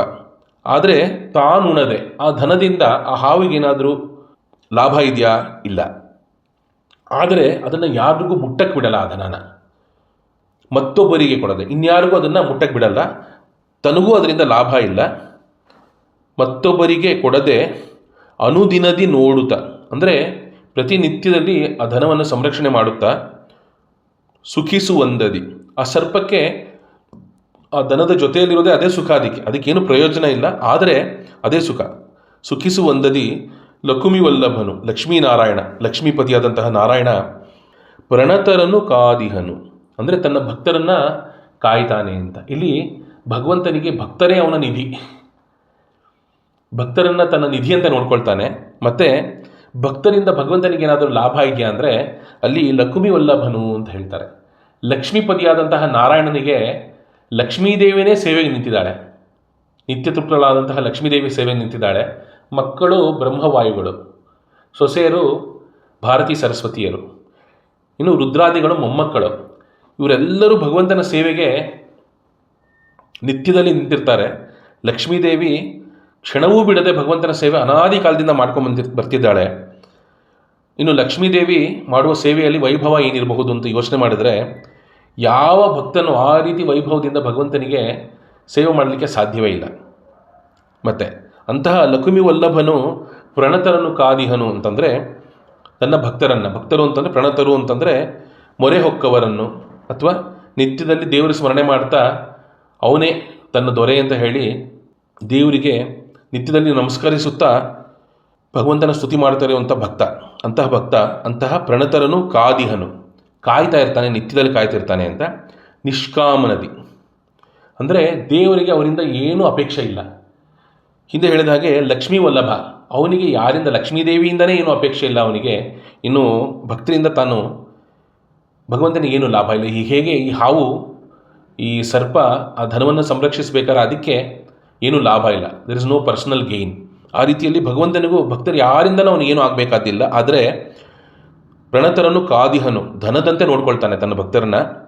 ನಿಷ್ಕಾಮನದಿ, ನಿತ್ಯಾನಂದಮಯ. ಯಾಕೆ ಅಂದರೆ ಅವನು ಲಕ್ಷ್ಮೀ ವಲ್ಲಭ, ನಿತ್ಯಾನಂದಮಯ, ಸದಾ ಜ್ಞಾನಾನಂದಮಯ ಶರೀರವುಳ್ಳವನು. ಲೌಕಿಕವಾದಂತಹ ಸುಖ ದುಃಖಗಳಾಗಲಿ, ನೋವು ನಲಿವು ಇಂಥದ್ದು ಯಾವುದೋ ಅವನಿಗಿರಲ್ಲ. ಅವನು ತ್ರಿಗುಣಾತೀತ ಸರ್ವಾತೀತನಾದಂತಹ ಭಗವಂತ ಜ್ಞಾನಾನಂದಮಯ, ಅವನು ಆನಂದ ಸ್ವರೂಪ. ಅವನಿಂದನೇ ಎಲ್ಲ ದೇವತೆಗಳಿಗೆ ಆನಂದ ಆದಮೇಲೆ ಅವನ ಆನಂದದ ಪರಿಮಿತಿ ಹೇಳೋಕ್ಕಾಗಲ್ಲ ಅಂತ. ಆ ರೀತಿಯಲ್ಲಿ ನಿತ್ಯಾನಂದಮಯ, ದುರ್ಜನರ ಸೇವೆಯನೊಲ್ಲನು ಅಪ್ರತಿಮಲ್ಲ ಜಗಕ್ಕೆಲ್ಲ ಅಂತ. ದುರ್ಜನರ ಸೇವೆಯನೊಲ್ಲನು ಅಂದರೆ ಇಲ್ಲಿ ರಾಕ್ಷಸರಿಂದ ಅವನು ಸೇವೆ ಸ್ವೀಕಾರ ಮಾಡಲ್ಲ ಅಂತ ಹೇಳ್ತಾರೆ. ನಾವು ನೋಡಿರ್ಬೋದು ಚರಿತ್ರೆಯಲ್ಲಿ ರಾಕ್ಷಸರು ಯಾವಾಗಲೂ ಒಂದು ರುದ್ರದೇವ್ರನ್ನ ಕುರಿತು ತಪಸ್ಸು ಮಾಡ್ತಾರೆ, ಇಲ್ಲ ಬ್ರಹ್ಮದೇವ್ರನ್ನ ಕುರಿತು ತಪಸ್ಸು ಮಾಡ್ತಾರೆ. ನಾರಾಯಣನನ್ನು ಕುರಿತು ತಪಸ್ಸು ಮಾಡಿದಂತಹ ರಾಕ್ಷಸರು ಅಲ್ಲಿ ಇಲ್ಲಿ ಚರಿತ್ರೆಯಲ್ಲಿ ಬರುತ್ತೆ, ಆದರೆ ತುಂಬ ದುರ್ಲಭ ಅದು. ಮತ್ತು ಅಂತಹ ರಾಕ್ಷಸರಲ್ಲಿ ಒಂದು ಸಾತ್ವಿಕ ಆವೇಶ ಇರುತ್ತೆ, ಹಾಗಾಗಿ ಅವರು ಭಗವಂತನಲ್ಲಿ ಭಕ್ತಿ ಮಾಡುವಂಥ ಸಾಧ್ಯತೆ ಉಂಟು. ಈ ಮೂಲದಲ್ಲಿ ತಾಮಸರಿರ್ತಾರಲ್ಲ, ಅವರಿಗೆ ಭಗವಂತನಲ್ಲಿ ಸ್ವಾಭಾವಿಕವಾಗಿ ವೈರ ಇರುತ್ತೆ. ದೇವರಲ್ಲಿ ವೈರ, ಮತ್ತು ದೇವರ ಮಹಾತ್ಮೆಯನ್ನಾಗಲಿ ಅವನ ಹಿರಿಮೆಯನ್ನಾಗಲಿ ಕೇಳಿದಾಗ ಹೊಟ್ಟೆ ಕಿಚ್ಚು ಬರುತ್ತೆ, ಕೋಪ ಬರುತ್ತೆ. ಈ ರೀತಿ ಅವರ ಸ್ವಭಾವ. ಆದ್ದರಿಂದ ದುರ್ಜನರ ಸೇವೆಯನ್ನು ಒಲ್ಲನು ಅಪ್ರತಿಮಲ್ಲ ಜಗಕ್ಕೆಲ್ಲ. ಅಂದರೆ ಇಲ್ಲಿ ಅಪ್ರತಿಮಲ್ಲ ಅಂತ ಹೇಗೆ ಹೇಳ್ತಾರೆ ಅಂದರೆ, ಭಗವಂತನಷ್ಟು ಶಕ್ತಿಯುತವಾದಂತಹ ಇನ್ನೊಂದು ವಸ್ತುವೇ ಇಲ್ಲ. ಹಿಂದೆ ಹೇಳಿದಾಗೆ ಲಕ್ಷ್ಮೀದೇವಿ ಆಗಲಿ ಬ್ರಹ್ಮವಾಯುಗಳಾಗಲಿ ಅವರು ಜೀವೋತ್ತಮರು, ಹಾಗಾಗಿ ಮಹಾಶಕ್ತಿವಂತರು. ಆದರೆ ಭಗವಂತನ ಶಕ್ತಿ ಮುಂದೆ ಎಲ್ಲರೂ ತೃಣ ಅಂತ ಹೇಳ್ತಾರೆ. ಹಾಗಾಗಿ ಅಪ್ರತಿಮಲ್ಲ, ಅವನಂತಹ ಮಲ್ಲ ಅಂದರೆ ಜಟ್ಟಿ, ಪೈಲ್ವಾನ್ ಅಂತ ನಾವೇನು ಹೇಳ್ತೀವಲ್ಲ ಆ ಥರ ಜಟ್ಟಿ, ಅವನಷ್ಟು ದೊಡ್ಡ ಜಟ್ಟಿ ಅಂತಹ ಅಪ್ರತಿಮಲ್ಲ ಜಗಕ್ಕೆಲ್ಲ. ಇಡೀ ಬ್ರಹ್ಮಾಂಡದಲ್ಲಿ ಅವನಷ್ಟು ದೊಡ್ಡ ಶಕ್ತಿಯುತವಾದಂತಹ ಮಲ್ಲ ಬೇರೆ ಇಲ್ಲ ಅಂತ ಹೇಳ್ತಾರೆ. ಇದು ಪ್ರತಿಪದದ ಅರ್ಥಚಿಂತನೆ. ಇನ್ನು ವಿಶೇಷ ಅರ್ಥ, ಇಲ್ಲಿ ನಿಷ್ಕಾಮನದಿ ಅಂತ ಹೇಳ್ತಾರೆ. ಧನವ ಸಂರಕ್ಷಿಸುವ ಪಣಿ ತಾನುಣದೆ ಮತ್ತೊಬ್ಬರಿಗೆ ಕೊಡದೆ ಅನುದಿನದಿ ನೋಡುತ್ತಾ ಸುಖಿಸುವಂಥದಿ ಲಕ್ಷ್ಮೀ ವಲ್ಲಭನು ಪ್ರಣತರನು ಕಾದಿಹನು ನಿಷ್ಕಾಮನದಿ ಅಂತ ಇಷ್ಟು ಹೇಳ್ತಾರೆ. ಇಲ್ಲಿ ಭಗವದ್ಗೀತೆಯಲ್ಲಿ ಕೃಷ್ಣ ಹೇಳ್ತಾನೆ,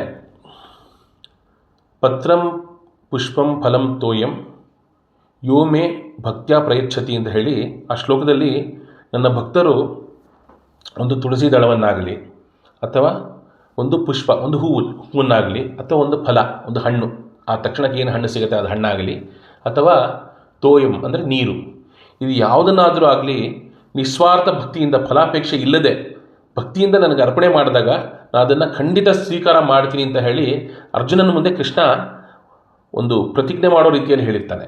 ಹಾಗಾಗಿ ಇಲ್ಲಿ ಒಂದು ಕಡೆ ಹೇಳ್ತಾರೆ ನಿಷ್ಕಾಮನದಿ ಅಂತ ಹೇಳ್ತಾರೆ, ಪ್ರಣತರನ್ನು ಕಾದಿಹನು ನಿಷ್ಕಾಮನದಿ ಅಂತ.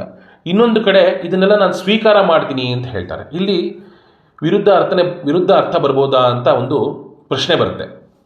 ಅದಕ್ಕೆ ಭಕ್ತರಿಂದ ಅವನು ಏನೂ ಅಪೇಕ್ಷೆ ಪಡಲ್ಲ, ಆದರೆ ಭಕ್ತರ ಉದ್ಧಾರಕ್ಕೋಸ್ಕರ ಆ ಭಕ್ತರ ಒಂದು ಪ್ರೀತಿ, ಭಗವಂತನಲ್ಲಿ ಭಕ್ತರು ಪ್ರೀತಿ ತೋರಿಸ್ಬೇಕಂದ್ರೆ ಆ ಪ್ರೀತಿ ತೋರಿಸೋದಕ್ಕೆ ಏನೋ ಒಂದು ರೀತಿ ಇರುತ್ತೆ. ಆ ರೀತಿಯಲ್ಲಿ ಭಕ್ತರು ಏನೋ ಒಂದು ಕೊಡಬೇಕು ಅಂತ ಆಸೆ ಪಡ್ತಾರೆ. ಹಾಗಾಗಿ ಆ ಭಕ್ತರ ತೃಪ್ತಿಗೋಸ್ಕರ ಮಾತ್ರ ಅವನು ಸ್ವೀಕಾರ ಮಾಡ್ತಾನೆ. ಉದಾಹರಣೆಗೆ ಒಬ್ಬ ದೊಡ್ಡ ರಾಜ ಇರ್ತಾನೆ, ಆ ರಾಜನನ್ನು ಪ್ರಜೆಗಳು ನೋಡಕ್ಕೆ ಹೋದಾಗ ಒಂದು ಹಾರನೋ ಇಲ್ಲ ಏನೋ ಒಂದು ಸಣ್ಣ ಉಡುಗೊರೆ ಅಂತ ಏನಾದ್ರು ಒಂದು ತೊಗೊಂಡೋಗಿ ಕೊಡುವಂಥದ್ದು ಒಂದು ವಾಡಿಕೆ. ಆದರೆ ಆ ರಾಜ ಪ್ರಜೆಗಳಿಗೋಸ್ಕರ ಅದನ್ನು ಸ್ವೀಕಾರ ಮಾಡದಂತೆ ಮಾಡ್ತಾನೆ. ಆದರೆ ಅವನು ರಾಜ, ಅವನ ವೈಭವನೇ ಬೇರೆ ಇರುತ್ತೆ. ಇವರು ಕೊಡುವಂಥ ಸಣ್ಣ ಸಣ್ಣ ಉಡುಗೊರೆಯಿಂದ ಅವನಿಗೇನು ಆಗಬೇಕಾದಿಲ್ಲ. ಆದರೆ ಆ ಪ್ರಜೆಗಳು ಬಂದು ಕೊಟ್ಟಾಗ ತಾನು ಪ್ರಜೆಗಳನ್ನು ಪ್ರೀತಿಸ್ತೀನಿ ಅಂತ ಸೂಚನೆಗೋಸ್ಕರ ಅವರಿಂದ ಅದನ್ನು ಸ್ವೀಕಾರ ಮಾಡ್ತಾನೆ. ಆ ರೀತಿಯಲ್ಲಿ ಇಲ್ಲಿ ನಾರಾಯಣ ಇಡೀ ಬ್ರಹ್ಮಾಂಡಕ್ಕೆ ಒಡೆಯ. ಹೀಗಿರುವಂತಹ ಭಗವಂತ ಅವನು ಭಕ್ತರು ತನಗೆ ಕೊಟ್ಟಂತಹ ವಸ್ತುವಲ್ಲಿ ಅವನಿಗೇನೂ ಆಗಬೇಕಾದಿಲ್ಲ. ಆದರೆ ಭಕ್ತರನ್ನ ಉದ್ಧಾರ ಮಾಡೋದಕ್ಕೋಸ್ಕರ ಮಾತ್ರ, ಕೇವಲ ಅದಕ್ಕೆ ಮಾತ್ರ ಅದನ್ನು ಸ್ವೀಕಾರ ಮಾಡ್ತಾನೆ ಅಂತ ಹೇಳ್ತಾರೆ. ಇದಕ್ಕೆ ಕೆಲವು ಉದಾಹರಣೆಗಳು ಕೊಡ್ತಾರೆ. ಒಂದು ಪತ್ರಂ, ಇಲ್ಲಿ ಪಾಂಡವರು ವನವಾಸದಲ್ಲಿರ್ತಾರೆ. ಆವಾಗ ವನವಾಸದಲ್ಲಿ ಪಾಂಡವರಿಗೆ ಅಕ್ಷಯ ಪಾತ್ರೆ ಪ್ರಾಪ್ತಿಯಾಗಿರುತ್ತೆ. ಅಕ್ಷಯ ಪಾತ್ರೆ ವಿಶೇಷ ಏನಂದರೆ ದ್ರೌಪದಿ ದೇವಿ ಅದರಲ್ಲಿ ಅಡುಗೆ ಮಾಡಿ ಅಲ್ಲಿ ಪಾಂಡವರ ಜೊತೆಗೆ ಸಾಕಷ್ಟು ಜನ ಬ್ರಾಹ್ಮಣರು ರಾಜ್ಯ ಬಿಟ್ಟು ಬಂದುಬಿಟ್ಟಿರ್ತಾರೆ, ಋಷಿ ಮುನಿಗಳು ಎಲ್ಲ ಬಂದುಬಿಟ್ಟಿರ್ತಾರೆ. ಸಾತ್ವಿಕರು, ಬ್ರಾಹ್ಮಣರನ್ನ ಈ ಪಾಂಡವರನ್ನ ಪ್ರೀತಿಸುವಂತಹ ಎಲ್ಲ ಸಾತ್ವಿಕರು ಪಾಂಡವರ ಜೊತೆಗೆ ಬಂದುಬಿಟ್ಟಿರ್ತಾರೆ ಕಾಡಿಗೆ. ಆಗ ದ್ರೌಪದಿ ದೇವಿ ಅಷ್ಟು ಮಂದಿಗೆ ಊಟ ಹಾಕಬೇಕಾಗಿರುತ್ತೆ. ಯಾಕೆಂದರೆ ಪಾಂಡವರನ್ನು ನಂಬಿ ಬಂದಿರ್ತಾರೆ. ಅಲ್ಲಿ ರಾಜ್ಯದಲ್ಲಿ ಎಷ್ಟು ವೈಭವ ಇತ್ತೋ ಆ ವನವಾಸದಲ್ಲಿ ಪಾಂಡವರಿಗೆ ಅಷ್ಟೇ ವೈಭವ ನಡೀತಾ ಇತ್ತು. ಅಷ್ಟು ಜನಕ್ಕೂ ಅಕ್ಷಯ ಪಾತ್ರೆಯಲ್ಲಿ ಊಟ ಒದಗ್ತಾ ಇತ್ತು. ಆದರೆ ಅದರಲ್ಲಿ ಒಂದು ನಿಯಮ ಏನಂದರೆ, ದ್ರೌಪದಿ ದೇವಿ ತಾನು ಊಟ ಮುಗಿಸಿ ಅಕ್ಷಯ ಪಾತ್ರೆಯನ್ನು ತೊಳೆದು ಬಿಟ್ಟುಬಿಟ್ರೆ ಅವತ್ತು ಇನ್ನು ತಿರ್ಗಾ ಆ ಊಟ ಒದಗಲ್ಲ, ವೃದ್ಧಿಯಾಗಲ್ಲ. ಆ ರೀತಿ ಇರುತ್ತೆ. ಒಮ್ಮೆ ದೂರ್ವಾಸರು ದುರ್ಯೋಧನನ ಮನೆಗೆ ಬರ್ತಾರೆ. ಅಲ್ಲಿ ದುರ್ಯೋಧನ ತುಂಬ ವೈಭವದಿಂದ ಆತಿಥ್ಯ ಮಾಡ್ತಾನೆ ದೂರ್ವಾಸರಿಗೆ. ಆತಿಥ್ಯ ಮಾಡಿಬಿಟ್ಟು ಅವನು ದೂರ್ವಾಸರಲ್ಲಿ ಒಂದು ವರವನ್ನು ಪಡ್ಕೊಳ್ತಾನೆ. ದೂರ್ವಾಸರು ತೃಪ್ತಿ ಪಡ್ತಾರೆ ಅವನ ಆತಿಥ್ಯದಿಂದ. ಆದರೆ ಅವನ ಆತಿಥ್ಯದ ಹಿಂದೆ ಕುತಂತ್ರ ಇರುತ್ತೆ. ಅವನು ಒಂದು ವರವನ್ನು ಕೇಳಿ ದೂರ್ವಾಸರಲ್ಲಿ ಮೊರೆ ಹೋಗಿ, ಪಾಂಡವರಿಗೆ ನಿಮ್ಮಿಂದ ಶಾಪ ಬರಬೇಕು, ಆ ರೀತಿಯಲ್ಲಿ ದ್ರೌಪದಿ ದೇವಿ ಅಕ್ಷಯ ಪಾತ್ರೆಯನ್ನು ತೊಳೆದಿಟ್ಟ ನಂತರ ನೀವು ನಿಮ್ಮ ಶಿಷ್ಯರನ್ನ ಕರ್ಕೊಂಡು ಹೋಗಬೇಕು. ಆಗ ಅವರು ಊಟ ಹಾಕೋ ಪರಿಸ್ಥಿತಿಲಿ ಇರಲ್ಲ. ಆಗ ನಿಮ್ಮಿಂದ ಅವರಿಗೆ ಶಾಪ ಆಗಬೇಕು ಅಂತ ಹೇಳಿ ದೂರ್ವಾಸರಿಗೆ ಅವನು ಕೇಳ್ಕೊಳ್ತಾನೆ. ಆಗ ದೂರ್ವಾಸರು ವಿಧಿ ಇಲ್ಲದೆ ಒಪ್ಕೊಂಡು 10,000 ಮಂದಿ ಶಿಷ್ಯರನ್ನ ಕರ್ಕೊಂಡು ಪಾಂಡವರು ವನವಾಸದಲ್ಲಿರೋ ಕಾಲಕ್ಕೆ ಊಟ ಎಲ್ಲ ಮುಗಿಸಿ ದ್ರೌಪದಿ ದೇವಿ ಅಕ್ಷಯ ಪಾತ್ರೆಯನ್ನು ತೊಳೆದಿಟ್ಬಿಟ್ಟಿರ್ತಾಳೆ. ಅವಾಗ ಬರ್ತಾರೆ. ಧರ್ಮರಾಯ ನೋಡ್ತಾನೆ ದೂರ್ವಾಸರು ಬಂದಿದ್ದು. ದೂರ್ವಾಸರು ದೊಡ್ಡ ಋಷಿಗಳು, ರುದ್ರದೇವರೇ ದೂರ್ವಾಸರಾಗಿ ಬಂದಿದ್ದು. ಹಾಗಾಗಿ ಹೋಗಿ ಕಾಲಿಗೆ ಬಿದ್ದು ನಮಸ್ಕಾರ ಮಾಡಿ, ಇವತ್ತು ಊಟಕ್ಕೆ ಇಲ್ಲೇ ಇರಬೇಕು ಅಂತ ಹೇಳಿ ಧರ್ಮರಾಯ ಹೇಳಿಬಿಡ್ತಾನೆ. ದೊಡ್ಡವರು ಬಂದಾಗ ಅದು ಮನೆಯಲ್ಲಿ ಹೇಳೋದು ಸಹಜ ಅದು. ಆ ರೀತಿಯಲ್ಲಿ ಹೇಳಿಬಿಡ್ತಾನೆ. ಆದರೆ ದೂರ್ವಾಸರು ನಾನು ಸ್ನಾನ ಮುಗಿಸ್ಕೊಂಡು ಬರ್ತೀನಿ ಅಂತ ಹೇಳಿ ಆಹ್ನಿಕಕ್ಕೆ ಅಂತ ಶಿಷ್ಯರ ಜೊತೆ ಹೊರಡ್ತಾರೆ ನದಿಗೆ. ಇಲ್ಲಿ ಧರ್ಮರಾಯ ಬಂದು ದ್ರೌಪದಿ ಹತ್ರ ಕೇಳಿದಾಗ ಈ ಅಕ್ಷಯ ಪಾತ್ರೆ ತೊಳೆದಿಟ್ಟಾಗಿದೆ ಅಂತ ಹೇಳ್ತಾಳೆ. ತುಂಬ ಪಶ್ಚಾತ್ತಾಪ ಆಗಿಬಿಡುತ್ತೆ, ತುಂಬ ಭಯವಾಗಿಬಿಡುತ್ತೆ. ದೂರ್ವಾಸರು ಮುಂಗೋಪ ಜಾಸ್ತಿ ಅವರಿಗೆ. ಹಾಗಾಗಿ ಎಲ್ಲಿ ಶಾಪ ಕೊಡ್ತಾರೋ ಅಂತ ಭಯ ಆಗಿ ದ್ರೌಪದಿ ದೇವಿ ತಕ್ಷಣ ಕೃಷ್ಣನ ಸ್ಮರಣೆ ಮಾಡ್ತಾಳೆ. ಸ್ಮರಣೆ ಮಾಡಿದ ಕ್ಷಣದಲ್ಲಿ ಕೃಷ್ಣ ಬರ್ತಾನೆ ಅಲ್ಲಿಗೆ. ಬಂದು ಕೃಷ್ಣ ಹೇಳ್ತಾನೆ, ನಾನು ಊಟಕ್ಕೆ ಕೂತಿದ್ದೆ, ಹಶ್ವಾಗಿತ್ತು ನನಗೆ, ಊಟಕ್ಕೆ ಕೂತಿದ್ದೆ, ನೀ ಕರೆದಿ ಅಂತ ತಕ್ಷಣ ಬಂದುಬಿಟ್ಟೆ, ನಂಗೆ ಹಶ್ವಾಗಿದೆ, ನಂಗೆ ಏನಾದರೂ ಕೊಡ್ತೀಯಾ ಅಂತ ಕೇಳ್ತಾನೆ. ದ್ರೌಪದಿ ದೇವಿಗೆ ನಗು ಬಂದ್ಬಿಡುತ್ತೆ. ಒಂದು ಕಡೆ ಈ ಥರ ಪರೀಕ್ಷೆ ನೀನು ನನ್ನ ಮಾಡಿದ್ರೆ ನಾನು ಎಲ್ಲಿ ಹೋಗಲಿ ಅಂತ ಕೇಳ್ತಾಳೆ. ಏನು ಮಾಡಲಿ ದಿಕ್ಕು ತೋರಿಸ್ತಾ ಇಲ್ಲ. ದುರ್ವಾಸರು ಬಂದಿದ್ದಾರೆ, ಅವರಿಗೆ ಮತ್ತು ಅವ್ರ 10,000 ಮಂದಿ ಶಿಷ್ಯರಿಗೆ ಊಟ ಹಾಕಬೇಕು, ಅಕ್ಷಯ ಪಾತ್ರೆ ತೊಳೆದಿಟ್ಟಿದ್ದೀನಿ, ಈ ಪರಿಸ್ಥಿತಿಯಲ್ಲಿ ನನಗೆ ಏನು ಮಾಡಲಿ ಅಂತ ಗೊತ್ತಾಗ್ತಿಲ್ಲ ಅಂತ ನಾನು ನಿನ್ನ ಕರೆದರೆ ಸಹಾಯಕ್ಕೆ, ನೀನು ಬಂದು ಊಟ ಕೊಡು ಅಂತ ನನ್ನನ್ನು ರೇಗಿಸ್ತಿದೆಯಲ್ಲ ಕೃಷ್ಣ ಅಂತ ಹೇಳ್ತಾಳೆ. ಆಗ ಕೃಷ್ಣ ನಕ್ಕೊಂಡು ಹೇಳ್ತಾನೆ, ಇಲ್ಲಮ್ಮ ನೀನು ತೊಳೆದಿಟ್ಟಿದ್ರು ಕೂಡ ಅದರಲ್ಲಿ ಏನಾದರೂ ಇದ್ದೇ ಇರುತ್ತೆ ತಗೊಂಬ ಅಂತ ಹೇಳ್ತಾನೆ. ಆಗ ಕೃಷ್ಣನ ಮಾತು ಕೇಳಿ ದ್ರೌಪದಿ ದೇವಿ ಹೋಗಿ ಅಕ್ಷಯ ಪಾತ್ರೆ ತರ್ತಾಳೆ. ಅದರಲ್ಲಿ ಒಂದೇ ಒಂದು ಆಗಿನ ಅಡಿಗೆಯಲ್ಲಿರುವಂತಹ ಒಂದು ಸಣ್ಣ ಒಂದು ಎಲೆಯ ಒಂದು ಅಂದರೆ ಬೆಂದಿರುವಂಥ ಒಂದು ಎಲೆಯ ಒಂದು ತುಂಡಿರುತ್ತೆ ಅದರಲ್ಲಿ, ಪತ್ರ. ಅದನ್ನು ಕೃಷ್ಣ ಆ ಒಂದು ಸಣ್ಣ ಎಲೆಯ ತುಂಡನ್ನು ತೊಗೊಂಡು ತನ್ನ ಬಾಯಲ್ಲಿಟ್ಕೊಂಡು ಕೃಷ್ಣ ತೇಗ್ತಾನಂತೆ ತೃಪ್ತಿಪಟ್ಟು. ಹೇಗೆ ಪತ್ರಂ ಫಲಂ ಪುಷ್ಪಂ ತೋಯಂ ಅಂತ ಹೇಳಿದಾಗೆ ಒಂದು ಪತ್ರವನ್ನು ತಿಂದು ಕೃಷ್ಣ ತೃಪ್ತಿಪಟ್ಟು ತೇಗ್ತಾನೆ. ಆಗ ಅಲ್ಲಿ ದೂರ್ವಾಸರು ಮತ್ತು ಅವ್ರ ಶಿಷ್ಯರು ಯಾರು ಸ್ನಾನ ಮಾಡ್ತಿದ್ರಲ್ಲ ಅವರಿಗೆಲ್ಲ ಎಷ್ಟು ಹೊಟ್ಟೆ ತುಂಬಿದಾಗುತ್ತೆ ಅಂದರೆ ಭೀಮಸೇನ ದೇವರು ಅದೇ ಕೆಲಸವಾಗಿ ಅವ್ರನ್ನ ಊಟ ಕರ್ಕೊಂಡು ಬರೋಕ್ಕೆ ಅಂತ ಹೋಗ್ತಾರೆ. ಆಗ ಕೃಷ್ಣ ಕಳಿಸ್ತಾನೆ ಭೀಮನ್, ನೀನು ಹೋಗಿ ಊಟ ಕರ್ಕೊಂಬ ಹೋಗು ಅಂತ. ಅವ್ರಿಗೆ ಎಷ್ಟು ಹೊಟ್ಟೆ ತುಂಬಿರುತ್ತೆ ಅಂದರೆ ಅವ್ರು ಅಲ್ಲಿಂದ ಓಡ್ ಹೋಗ್ಬಿಡ್ತಾರೆ. ಭೀಮಸೇನ ದೇವರಿಗೆ ಕೈಗೆ ಸಿಕ್ಬಿಟ್ರೆ ಎಲ್ಲಿ ಊಟ ಕರ್ಕೊಂಡು ಹೋಗ್ತಾರೋ ಆ ಹೊಟ್ಟೆ ತುಂಬಿರೋದು ತಡೆಯೋಕ್ಕಾಗ್ತಿಲ್ಲ ಅಂತೇಳಿ ಶಿಷ್ಯರ ಜೊತೆ ದೂರ್ವಾಸರು ಅಲ್ಲಿಂದ ಓಡ್ ಹೋಗ್ಬಿಡ್ತಾರೆ. ಆ ಥರ ತನ್ನ ಭಕ್ತರನ್ನ ಸದಾ ಕಾಯ್ತಾನೆ ಕೃಷ್ಣ. ಈ ಧನವ ಸಂರಕ್ಷಿಸುವ ಪಣಿ ತಾನು ಉಣದೆ ಮತ್ತೊಬ್ಬರಿಗೆ ಕೊಡದೆ ಅನುದಿನದಿ ನೋಡುತ್ತಾ ಸುಖ ಪಡುವಂದದಿ ಅಂತ ಹೇಳುವ ಹಾಗೆ ದ್ರೌಪದಿ ದೇವಿ ಕರೆದ ತಕ್ಷಣ, ಪಾಂಡವರು ಕರೆದ ತಕ್ಷಣದಲ್ಲಿ ಬಂದು ಕಾಯ್ತಾನೆ ಅವರನ್ನು. ಮತ್ತು ಆ ರೀತಿಯಲ್ಲಿ ಒಂದು ಸಣ್ಣ ಪತ್ರವನ್ನು ತಗೊಂಡು ಸ್ವೀಕಾರ ಮಾಡಿ ಅವನು ಅಷ್ಟು ಜನರಿಗೆ ಹೊಟ್ಟೆ ತುಂಬಿಸ್ಬಿಡ್ತಾನೆ ಕೃಷ್ಣ. ಮತ್ತು ಇಲ್ಲಿ ಯಾರು ಉದ್ಧಾರಕ್ಕೆ ಮಾಡ್ದ? ಅದು ಪಾಂಡವರ ಉದ್ಧಾರಕ್ಕೆ ಮಾಡ್ದ. ಆ ದೂರ್ವಾಸರಿಂದ ಬರುವಂತಹ ಶಾಪನ ತಪ್ಪಿಸ್ಲಿಕ್ಕೆ ಮಾಡ್ದ, ಕೌರವರ ಕುತಂತ್ರ ಮುರಿಯಲಿಕ್ಕೆ ಮಾಡ್ದ ಅಂತ ಹೇಳಿ. ಮತ್ತು ಪುಷ್ಪಂ, ಇಲ್ಲಿ ಗಜೇಂದ್ರ ಅಷ್ಟು ಮೊಸಳೆ ಜೊತೆ ಹೋರಾಡ್ತಾ ಇರುತ್ತೆ. ಕೊನೆಗೆ ಅದಕ್ಕೆ ಏನೂ ದಿಕ್ಕು ತೋಚಲ್ಲ, ಅದು ಇನ್ನೇನು ನನ್ನ ಕೈಯಲ್ಲಿ ಇಲ್ಲ ಅಂತ ಹೇಳಿಬಿಟ್ಟು ಕೃಷ್ಣ ಅಂತ ಅಲ್ಲೇ ಅದು ನೀರಲ್ಲಿ ಯಾವುದೋ ಒಂದು ಆ ಟೈಮ್ಗೆ ಅದಕ್ಕೊಂದು ಹೂ ಸಿಗುತ್ತೆ. ಆ ಸಮಯಕ್ಕೆ ಆ ಒಂದು ಹೂ ತೊಗೊಂಡೆ ಅದನ್ನೇ ಅದರ ಸೊಂಡ್ಲಿಂದ ಎತ್ತಿ ಕೃಷ್ಣ ನಾರಾಯಣ ಅಂತ ಕರೆಯುತ್ತೆ. ತಕ್ಷಣ ಕೃಷ್ಣ ಬಂದು ಮೊಸಳೆನ ಸಂಹಾರ ಮಾಡ್ತಾನೆ. ಸಂಹಾರ ಮಾಡಿ ಆ ಗಜೇಂದ್ರನಿಂದ ಒಂದು ಪುಷ್ಪ ಸ್ವೀಕಾರ ಮಾಡ್ತಾನೆ. ಆ ತಕ್ಷಣಕ್ಕೆ ಆ ಗಜೇಂದ್ರನಿಗೆ ಸಿಕ್ಕಿದ ಆ ಪುಷ್ಪ ಒಂದೇ, ಇನ್ನೇನು ಷೋಡಶೋಪಚಾರ ಏನು ಮಾಡೋಕ್ಕಾಗಲಿಲ್ಲ. ಆದರೆ ಆ ಪುಷ್ಪನ ತೊಗೊಂಡು ತಾನು ಸ್ವೀಕಾರ ಮಾಡಿ ಆ ಗಜೇಂದ್ರನ ಉದ್ಧಾರ ಮಾಡಿ ಗಜೇಂದ್ರನಿಗೆ ಮೋಕ್ಷ ಕೊಡ್ತಾನೆ. ಇನ್ನು ಫಲಂ, ಶಬರಿ ರಾಮನ ದರ್ಶನಕ್ಕೆ ಕಾಯ್ತಾ ಇರ್ತಾಳೆ, ವಯಸ್ಸಾಗಿರುತ್ತೆ. ಅಂದರೆ ಆ ಫಲ ಕೊಡಬೇಕಾದ್ರೆ ಆ ಫಲನ ತಾನು ತಿಂದು ಅದು ಒಗರಿದೆಯಾ ಹುಳಿ ಇದೆಯಾ ಅಂತ ಪರೀಕ್ಷೆ ಮಾಡಿ ರಾಮನಿಗೋಸ್ಕರ, ಅದು ಆಕೆಗೆ ಕಾಡಲ್ಲಿ ಬೆಳೆದಂಥ ಹೆಂಗಸು, ಅವಳಿಗೆ ಎಂಜಲು ಮುಸರಿ ಇದೆಲ್ಲ ಗೊತ್ತಾಗಲ್ಲ ಅವಳಿಗೆ. ಆದರೆ ಪರಿಪೂರ್ಣ ಭಕ್ತಿ ರಾಮದೇವರಲ್ಲಿ. ಆ ಎಂಜಲು ಹಣ್ಣನ್ನು ರಾಮದೇವರು ತಿಂತಾರೆ. ಅದು ಶಬರಿ ಉದ್ಧಾರಕ್ಕೋಸ್ಕರ ಅವರು ಸ್ವೀಕಾರ ಮಾಡ್ತಾರೆ ರಾಮದೇವರು. ಹಾಗಾಗಿ ಅಲ್ಲಿ ಫಲಂ. ಮತ್ತು ತೋಯಂ, ಧ್ರುವರಾಜರು ತಪಸ್ಸು ಮಾಡಬೇಕಾದ್ರೆ ಆ 4 ತಿಂಗಳವರೆಗೆ ದೇವರಿಗೆ ಕಾಡಲ್ಲಿ ನೈವೇದ್ಯ ಮಾಡೋಕ್ಕೆ ಏನಿರಲ್ಲ, ಅಲ್ಲೇ ಸ್ವಲ್ಪ ಒದ್ದೆ ನೆಲದಲ್ಲಿ ಒಂದು ಹಳ್ಳ ಮಾಡಿದಾಗ ಅಲ್ಲೊಂದು ಸ್ವಲ್ಪ ನೀರು ಕುಡ್ಕೊಳುತ್ತೆ. ಈ ನದಿ ದಡದಲ್ಲಿ ಅಥವಾ ಸಮುದ್ರ ದಡದಲ್ಲಿ ಒದ್ದೆ ನೆಲದಲ್ಲಿ ಹಳ್ಳ ಮಾಡಿದ್ರೆ ಆ ಮಣ್ಣಲ್ಲಿ ಒಂದು ಸಣ್ಣ ಹಳ್ಳ ಮಾಡಿದಾಗ ಅದರೊಂದು ಸ್ವಲ್ಪ ನೀರು ಕುಡ್ಕೊಳುತ್ತೆ. ಅಂತಹ ನೀರನ್ನು ತೊಗೊಂಡು, ತೋಯಂ ಅಂದರೆ ಜಲ, ಅಂತಹ ಜಲವನ್ನು ತೊಗೊಂಡು ಅದರಲ್ಲೇ ಷೋಡಶೋಪಚಾರ ಮಾಡ್ತಾರೆ ಧ್ರುವರಾಜರು ವಾಸುದೇವ ಮೂರ್ತಿಗೆ. ಅದನ್ನು ಸ್ವೀಕಾರ ಮಾಡಿ ಗರುಡಾರೂಢನಾಗಿ ಬಂದು ವಾಸುದೇವ ಮೂರ್ತಿ ಧ್ರುವರಾಜನಿಗೆ ದರ್ಶನ ಕೊಟ್ಟು, ಅವನಿಗೆ ರಾಜ್ಯವನ್ನು ಕೊಟ್ಟು, ಅವನಿಗೆ ಧ್ರುವಲೋಕವನ್ನು ಕೊಟ್ಟು ಮೋಕ್ಷ ಸಾಧನೆಯನ್ನು ಮಾಡಿಸ್ತಾನೆ ಧ್ರುವರಾಜನಿಗೆ ಭಗವಂತ. ಹಾಗಾಗಿ ಇಲ್ಲಿ ಭಕ್ತರ ಉದ್ಧಾರಕ್ಕೋಸ್ಕರ ತಾನು ತಗೊಳ್ತಾನೆ ಬಿಟ್ಟರೆ ಆ ವಸ್ತುವಿಂದ ಅವನಿಗೇನೂ ಆಗಬೇಕಾದಿಲ್ಲ. ಯಾಕೆಂದರೆ ಅವನು ಪೂರ್ಣ ಕಾಮ, ಅವನಿಗೆ ಅವನ ಇಚ್ಛೆ ಅಂತ ಇಡೀ ಬ್ರಹ್ಮಾಂಡವೇ ಅವನ ಇಚ್ಛೆ ಅಂತ ನಡೆಯುತ್ತೆ. ಹಾಗಾಗಿ ಅವನು ಯಾರಿಂದ ಏನೂ ಬಯಸೋದಿಲ್ಲ. ಮತ್ತು ಲಕ್ಷ್ಮೀಪತಿಯಾದಂತಹ ಅವನಿಗೆ ಯಾರಿಂದ ಏನೂ ಆಗಬೇಕಾದ್ದು ಇಲ್ಲ. ಆದರೆ ಕೇವಲ ಭಕ್ತರ ಉದ್ಧಾರಕ್ಕೋಸ್ಕರ ಮಾತ್ರ ಸ್ವೀಕಾರ ಮಾಡ್ತಾನೆ. ಮತ್ತು ನಿತ್ಯಾನಂದಮಯ, ನಾವು ಕೊಡುವಂತಹ ಒಂದು ಸಣ್ಣ ಫಲವಾಗಲಿ ಪುಷ್ಪವಾಗಲಿ ಇದರಿಂದ ಅವನು ಏನೂ ಆಗಬೇಕಾದಿಲ್ಲ. ಆದರೆ ಅವನು ದುರ್ಜನರ ಸೇವೆಯನ್ನು ಒಲ್ಲನು ಅಂತ. ಅಂದರೆ ಅದೇ ಒಬ್ಬ ತಾಮಸ ಜೀವ, ಅವರಿಂದ ಅವನು ಯಾವುದೇ ಕಾರಣಕ್ಕೆ ತಾನು ಸೇವೆ ಸ್ವೀಕಾರ ಮಾಡಲ್ಲ ಅಂತ ಹೇಳ್ತಾರೆ ಇಲ್ಲಿ. ಆ ತಾಮಸ ಜೀವರಿಗೆ ತಾಮಸ ಯೋನಿಗಳಲ್ಲೇ ಹುಟ್ಟಿಸಿ ಅವರಿಗೆ ಅಂಧಮ ತಮಸ್ಸಿನ ಸಾಧನೆಯೇ ಮಾಡಿಸ್ತಾನೆ. ಅಲ್ಲಿ ಭಗವದ್ಗೀತೆಯಲ್ಲಿ ಕೃಷ್ಣ ಹೇಳ್ತಾನೆ, ನನ್ನನ್ನು ಯಾರು ದ್ವೇಷ ಮಾಡ್ತಾರೆ ಅವರನ್ನು ನಾನು ದೂರ ಅಟ್ಟತಲೇ ಬರ್ತೀನಿ, ಅವರಿಗೆ ಅಂಧಮ ತಮಸ್ಸಿನ ಸಾಧನೆ ಮಾಡಿಸ್ತೀನಿ ನಾನು ಅಂತ ಹೇಳಿ, ಅವರ ಸೇವೆ ನಾನು ಎಂದೂ ಸ್ವೀಕಾರ ಮಾಡಲ್ಲ ಅಂತ ಅರ್ಜುನನಿಗೆ ಕೃಷ್ಣ ಹೇಳ್ತಾನೆ ಭಗವದ್ಗೀತೆಯಲ್ಲಿ. ಮತ್ತು ಅಪ್ರತಿಮಲ್ಲ ಜಗಕ್ಕೆಲ್ಲ ಅಂತ ಯಾಕೆ ಹೇಳಿದ್ದಾರೆ ಅಂದರೆ, ಇಲ್ಲಿ ಹೇಗೆ ಫಣಿ ಹಾವು ಆ ಧನವನ್ನು ಸಂರಕ್ಷಣೆ ಮಾಡುತ್ತೆ, ಆ ರೀತಿಯಲ್ಲಿ ಭಗವಂತ ತಾನೇ ಸಾಕ್ಷಾತ್ತಾಗಿ ನಿಂತ್ಕೊಂಡು ಭಕ್ತರ ರಕ್ಷಣೆಗೆ ನಿಂತ ಅಂದರೆ ಅವನನ್ನು ಮೀರಿ ಯಾವುದೇ ಕಷ್ಟಗಳು ತನ್ನ ಭಕ್ತರಿಗೆ ಬರೋಕ್ಕೆ ಸಾಧ್ಯವೇ ಇಲ್ಲ. ಯಾಕೆಂದರೆ ಅವನಿಗಿಂತ ಶಕ್ತಿವಂತವಾದಂತಹ ವಸ್ತು ಇನ್ನೊಂದಿಲ್ಲ. ಹಾಗಾಗಿ ಅಪ್ರತಿಮಲ್ಲ, ಅಂತಹ ದೇವರು ಭಕ್ತನ ರಕ್ಷಣೆಗೆ ನಿಂತುಕೊಂಡ ಅಂದರೆ ಅದನ್ನು ಮೀರಿ ಯಾರಾದರೂ ಭಕ್ತರಿಗೆ ತೊಂದರೆ ಕೊಡೋಕ್ಕಾಗತ್ತಾ? ಸಾಧ್ಯವೇ ಇಲ್ಲ. ಸಂರಕ್ಷಿಸುವ ಅಂತ ಹೇಳಿದಾಗ ಅಂತಹ ಜಗಜ್ಜಟ್ಟಿಯಾದಂತಹ ಭಗವಂತ ತಾನೇ ಸಾಕ್ಷಾತ್ತಾಗಿ ನಿಂತುಕೊಂಡು ತನ್ನ ಭಕ್ತರನ್ನು ಕಾಯ್ತಾರೆ ಅಂತ ಹೇಳ್ತಾರೆ. ಇಲ್ಲಿ ನಿನ್ನೆ ಹೇಳಿದ ಹಾಗೆ ಈ ತುಳಸಿದಾಸರು ಜಾನಕಿನಾಥ ಸಹಾಯಕರೇ ಅಂತ ಹೇಳಿ ಈ ರಾಮದೇವರೇ ಸಹಾಯಕ್ಕೆ ನಿಂತಾಗ ಯಾರು ಏನು ಮಾಡೋಕ್ಕಾಗತ್ತೆ ಅಂತ ಹೇಳ್ತಾರೆ. ಆ ರೀತಿಯಲ್ಲಿ ದ್ರೌಪದಿಗೆ ತುಂಬ ಸಭೆಯಲ್ಲಿ ಅವರು ಅವಮಾನ ಮಾಡಬೇಕು ಅಂತ ಅಂದ್ಕೊಂಡ್ರು, ಆದರೆ ಅವ್ರ ಕೈಯಲ್ಲಿ ಸಾಧ್ಯ ಆಗಲಿಲ್ಲ. ಯಾಕೆಂದರೆ ಕೃಷ್ಣ ದ್ರೌಪದಿ ಹಿಂದೆ ಇದ್ದ.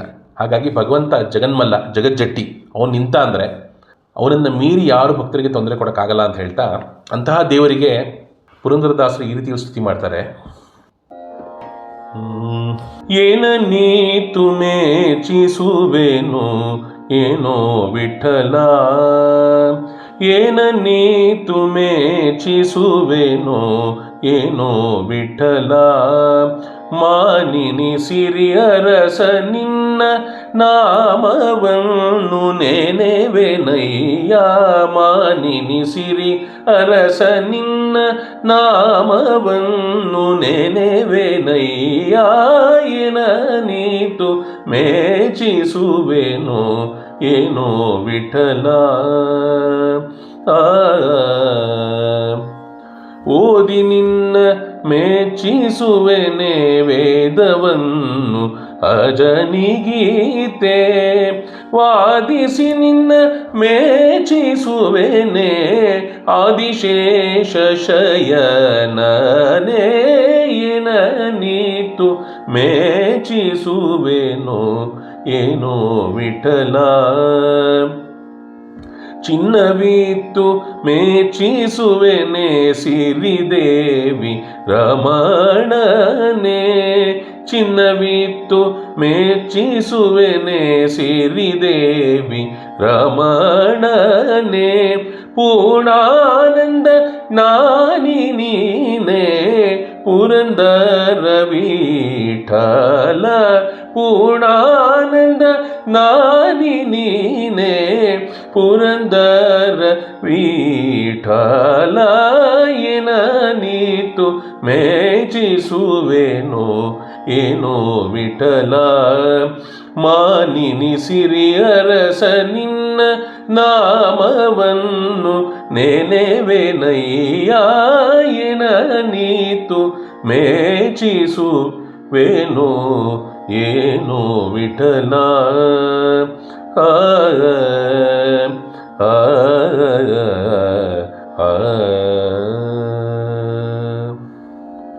ಅಂತ ಹೇಳಿ ಪುರಂದರದಾಸರು ನಿನಗೆ ಏನು ಕೊಟ್ಟು ನಾನು ಮೆಚ್ಚಕ್ಕಾಗತ್ತಪ್ಪ ಅಂತ ಪ್ರಶ್ನೆ ಕೇಳ್ತಾರೆ. ಏನಾದರೂ ಓದಿ ವೇದಶಾಸ್ತ್ರಗಳನ್ನು ಓದಿ ಶಾಸ್ತ್ರಗಳನ್ನು ಓದಿ ನಿನ್ನನ್ನು ಮೆಚ್ಚಿಸೋಣ ಅಂದರೆ ಆ ಬ್ರಹ್ಮನಿಗೆ ವೇದವನ್ನು ಕೊಟ್ಟವನೇ ನೀನು. ಓದಿ ನಿನ್ನ ಮೆಚ್ಚಿಸುವೆನೇ ವೇದವನ್ನು ಅಜನಿಗಿತ್ತೆ. ಬ್ರಹ್ಮನಿಗೆ ವೇದವನ್ನು ಕೊಟ್ಟವನೇ ನೀನು, ವೇದಜ್ಞಾನವನ್ನು ಕೊಟ್ಟವನೇ. ಅಂದರೆ ವಾಯುದೇವರಿಗೆ ಬ್ರಹ್ಮಾದಿಗಳಿಗೆ ಆ ಜ್ಞಾನವನ್ನು ಕೊಟ್ಟವನೇ ಭಗವಂತ. ವಾದಿಸಿ ನಿನ್ನ ಮೆಚ್ಚಿಸುವೆನೇ ಆದಿಶೇಷ ಶಯನನೇ ಅಂತ. ಅಂದರೆ 1000 ತಲೆಗಳಿರುವಂತಹ ಸರ್ಪ ಆದಿಶೇಷ. ಅಷ್ಟು ದೊಡ್ಡ ಸರ್ಪದ ಮೇಲೆ ಮಲಗಿದಾನ ಭಗವಂತ, ಅಷ್ಟು ದೊಡ್ಡ ಫಣಿ ಮೇಲೆ ಮಲಗಿದಾನ ಭಗವಂತ. ಆ 1000 ಹೆಡೆಗಳಲ್ಲಿ ಸದಾ ವೇದಗಳನ್ನು ಹೇಳ್ತಾ ಭಗವಂತನ ಸ್ತುತಿ ಮಾಡ್ತಿರ್ತಾನೆ ಶೇಷ. ಅಂತಹ ಶೇಷನ ಸ್ತುತಿ ಕೇಳೋ ಭಗವಂತನಿಗೆ ನಾವು ಸಣ್ಣ ಒಂದು ಬಾಯಿಂದ ವಾದಿಸಿ ಮೆಚ್ಚಿಸೋಕ್ಕಾಗತ್ತಾ ಅಂತ ಕೇಳ್ತಾರೆ ಪುರಂದರದಾಸರು. ಮತ್ತು ಆಡಿ ನಿನ್ನ ಮೆಚ್ಚಿಸುವನೇ ಮೃಡನಯ್ಯನಯ್ಯನೇ ಅಂತ. ಮೃಡ ಅಂದರೆ ರುದ್ರದೇವರು, ಅವರ ಅಯ್ಯ ಅಂದರೆ ಅವರ ತಂದೆ ಬ್ರಹ್ಮದೇವರು. ಆ ಬ್ರಹ್ಮದೇವರಿಗೆ ತಂದೆ ಅಂದರೆ ರುದ್ರದೇವರ ತಾಂಡವ, ಶಿವತಾಂಡವ ಅಂತ ಕೇಳ್ತೀವಿ. ಅಂದರೆ ರುದ್ರದೇವರ ನೃತ್ಯ ಹೆಂಗಿರಬಹುದು, ಆ ರುದ್ರದೇವರು ಭಗವಂತನಿಗೋಸ್ಕರ ನೃತ್ಯ ಮಾಡ್ತಾರೆ. ಅಂತಹ ರುದ್ರದೇವರ ನೃತ್ಯವನ್ನು ನೋಡೋವನಿಗೆ ನಾವು ಏನು ಆಡಿ ಏನು ಕುಣಿದು ಮೆಚ್ಚಿಸೋಕ್ಕಾಗತ್ತೆ ಅಂತ ಹೇಳ್ತಾರೆ. ಮತ್ತು ಪಾಡಿ ನಿನ್ನ ಮೆಚ್ಚಿಸುವನೇ ಪವನಜನೊಡೆಯನೇ ಅಂತ. ಇಲ್ಲಿ ಹನುಮಂತ ದೇವರು ಮತ್ತು ಸುಮಧ್ವ ವಿಜಯದಲ್ಲಿ ಬರುತ್ತೆ, ಮಧ್ವಾಚಾರ್ಯರು ಸಂಗೀತ ಶಾಸ್ತ್ರಜ್ಞರು ಅಂತ ಹೇಳಿ, ಸಂಗೀತ ಅವರಿಗೆ ಕರತಲ ಮಲಕ ಆಗಿತ್ತು, ಇನ್ನು ಬೇರೆ ವಿಷಯ ಏನು ಹೇಳ್ತೀರಾ ಅಂತ ಹೇಳ್ತಾರಲ್ಲಿ ಸುಮಧ್ವ ವಿಜಯದಲ್ಲಿ. ಆ ರೀತಿಯಲ್ಲಿ ಮಧ್ವಾಚಾರ್ಯರು ಹಾಡಿದಾಗ ಮರಗಳಲ್ಲಿ ಹೂವು ಹರಡಿ ಫಲ ಬಿಟ್ಬಿಡುತ್ತೆ. ಅದೇ ರೀತಿಯಲ್ಲಿ ಹನುಮಂತ ದೇವರು ಹಾಡಿದಾಗ ನಾರದರು ಕೂಡ ಹನುಮಂತ ದೇವರು ಹಾಡನ್ನು ಕೇಳಿ ನಾರದರಿಗೆ ದಿಗ್ಭ್ರಮೆ ಆಗುತ್ತೆ. ಆ ರೀತಿಯಲ್ಲಿ ಅಂತ ಹಾಡಿ ಹೊಗಳಲಿಕ್ಕೆ ಹನುಮಂತ ದೇವರು ಇರಬೇಕಾದ್ರೆ ನಾವು ಏನು ಹಾಡಬಹುದು ಭಗವಂತನ ಅಂತ. ಮತ್ತು ಚಿನ್ನವಿತ್ತು ಮೆಚ್ಚಿಸುವೆನೇ ಸಿರಿದೇವಿಯ ಅರಸನೆ. ಅಂದರೆ ಏನೇ ವೈಭವದಿಂದ ನಾವು ಭಗವಂತನ ಪೂಜೆ ಮಾಡಬಹುದು, ವೈಭವದಿಂದ ಭಗವಂತ ಎಂದಿಗೂ ಮೆಚ್ಚಿಸೋಕ್ಕಾಗಲ್ಲ ಅಂತ ಹೇಳ್ತಾರೆ. ಅವನಿಗೆ ಏನು ಮೆಚ್ಚಿಸಬೇಕು, ಅವನು ಹೇಗೆ ಮೆಚ್ಚಿಸಬೇಕು ಅಂದರೆ ಕೇವಲ ಭಕ್ತಿಯನ್ನೋ ಪುಷ್ಪ. ಆ ರೀತಿಯಲ್ಲಿ ಅವನು ಭಕ್ತಿಯಿಂದ ಏನು ಅರ್ಪಣೆ ಮಾಡ್ತೀವೋ ಅದನ್ನು ಮಾತ್ರ ಸ್ವೀಕಾರ ಮಾಡ್ತಾನೆ ಅವನು. ಅವನಿಗೆ ಯಾರ ವೈಭವವನ್ನು ಎಂಥ ವೈಭವವನ್ನು ಭಗವಂತನ ಗೆಲ್ಲಕ್ಕಾಗಲ್ಲ ಅಂತ ಹೇಳ್ತಾ, ಪೂರ್ಣಾನಂದ ಜ್ಞಾನಿ ನೀನೇ ಪುರಂದರ ವಿಠಲ ಅಂತ ಹೇಳ್ತಾ. ಅಂದರೆ ಜ್ಞಾನಾನಂದಮಯ ಶರೀರ ಉಳ್ಳವನು ನೀನು, ಮತ್ತು ಸಿರಿದೇವಿಯ ಅರಸ ನೀನು. ಅಂತಹ ನಿನ್ನ ಯಾರು ಏನು ಕೊಟ್ಟರು ಮೆಚ್ಚಕ್ಕಾಗಲ್ಲ. ಅಂತಹ ಮಾನಿನಿಯ ಸಿರಿಯರಸ ನಿನ್ನ ನಾಮವನ್ನು ನೆನೆವಯ್ಯನಯ್ಯ ಅಂತ. ಅಂದರೆ ಭಕ್ತಿಯಿಂದ ನಿನ್ನ ನಾಮಸ್ಮರಣೆ ಮಾಡ್ತಾ ನನಗೆ ನೀನು ಏನು ಒದಗಿಸ್ತೀಯೋ, ಒಂದು ಹಣ್ಣೋ, ಒಂದು ಹೂವೋ, ಒಂದು ತುಳಸಿ ದಳವೋ, ಅಥವಾ ಒಂದು ಉದ್ದರಣೆ ನೀರೋ, ಅದು ಏನು ನೀನು ಒದಗಿಸ್ತೀಯಾ? ಇಲ್ಲ ಏನೂ ಇಲ್ವಾ? ಮನಸ್ಸಿನಲ್ಲಿ ಚಿಂತನೆ ಮಾಡಿ ಅದನ್ನು ಮಾತ್ರ ಕೊಡಬಲ್ಲೆ ನಾನು. ಆ ಭಕ್ತಿಯಿಂದ ನಾನು ಕೊಡೋಕ್ಕೆ ಪ್ರಯತ್ನ ಪಡ್ತೀನಿ, ಅದನ್ನು ಸ್ವೀಕಾರ ಮಾಡಿ ನಿನ್ನ ಭಕ್ತ ಅಂತ ನನ್ನ ಪರಿಗಣಿಸು ಅಂತ ಹೇಳ್ತಾ ಪುರಂದರದಾಸರು ಈ ರೀತಿಯ ಸ್ತುತಿ ಮಾಡ್ತಾರೆ. ಹಾಗಾಗಿ ಅವನು ಪ್ರಣತರನು ಕಾದಿಹನು ನಿಷ್ಕಾಮನದಿ ನಿತ್ಯಾನಂದಮಯ ದುರ್ಜನರ ಸೇವೆಯನ್ನು ಒಲ್ಲನು ಅಪ್ರತಿಮಲ್ಲ ಜಗಕ್ಕೆಲ್ಲ ಅಂತ. ಅಂತಹ ಭಗವಂತ ಭಕ್ತರ ರಕ್ಷಣೆಗೆ ನಿಂತಾಗ ಆ ಭಕ್ತನಿಗೆ ಯಾವ ರೀತಿ ತೊಂದರೆ ಆಗದಂತೆ ಕಣ್ಣನ್ನು ಹೇಗೆ ಕಣ್ಣಿನ ರೆಪ್ಪೆ ಕಾಯುತ್ತೆ ಆ ರೀತಿಯಲ್ಲಿ ಭಗವಂತ ಕಾಯ್ತಾನೆ ಅಂತ ಹೇಳ್ತಾ ಇವತ್ತಿನ ಚಿಂತನೆಯನ್ನು ಮುಗಿಸೋಣ. ಅಸ್ಮದ್ ಗುರುವಂತರ್ಗತ ಶ್ರೀ ವಿಜಯದಾಸರಾಯ ಗುರುವಂತರ್ಗತ ಶ್ರೀ ರಾಘವೇಂದ್ರ ತೀರ್ಥ ಗುರುವಂತರ್ಗತ ಶ್ರೀ ವಾದಿರಾಜ ಅಂತರ್ಗತ ಶ್ರೀ ಭಾರತೀರ್ಮಣ ಮುಖ್ಯಪ್ರಾಣ ಅಂತರ್ಗತ ಶ್ರೀ ತಿರುಮಲೇಶ ಹರಿವಿಠಲಾತ್ಮಕ ಶ್ರೀ ಹಯಾಸ ವಿಠಲಾಭಿನ್ನ ಶ್ರೀ ಮೋಹನ ಗೋಪಾಲ ವಿಠಲ ಪ್ರೇರಣ್ಯ ಪ್ರೀತ್ಯರ್ಥಂ ಪ್ರಿಯತೋ ವರದೋ ಭವತು ಶ್ರೀ ಕೃಷ್ಣಾರ್ಪಣಮಸ್ತು ಶ್ರೀ ಮಧ್ವೇಶಾರ್ಪಣಮಸ್ತು.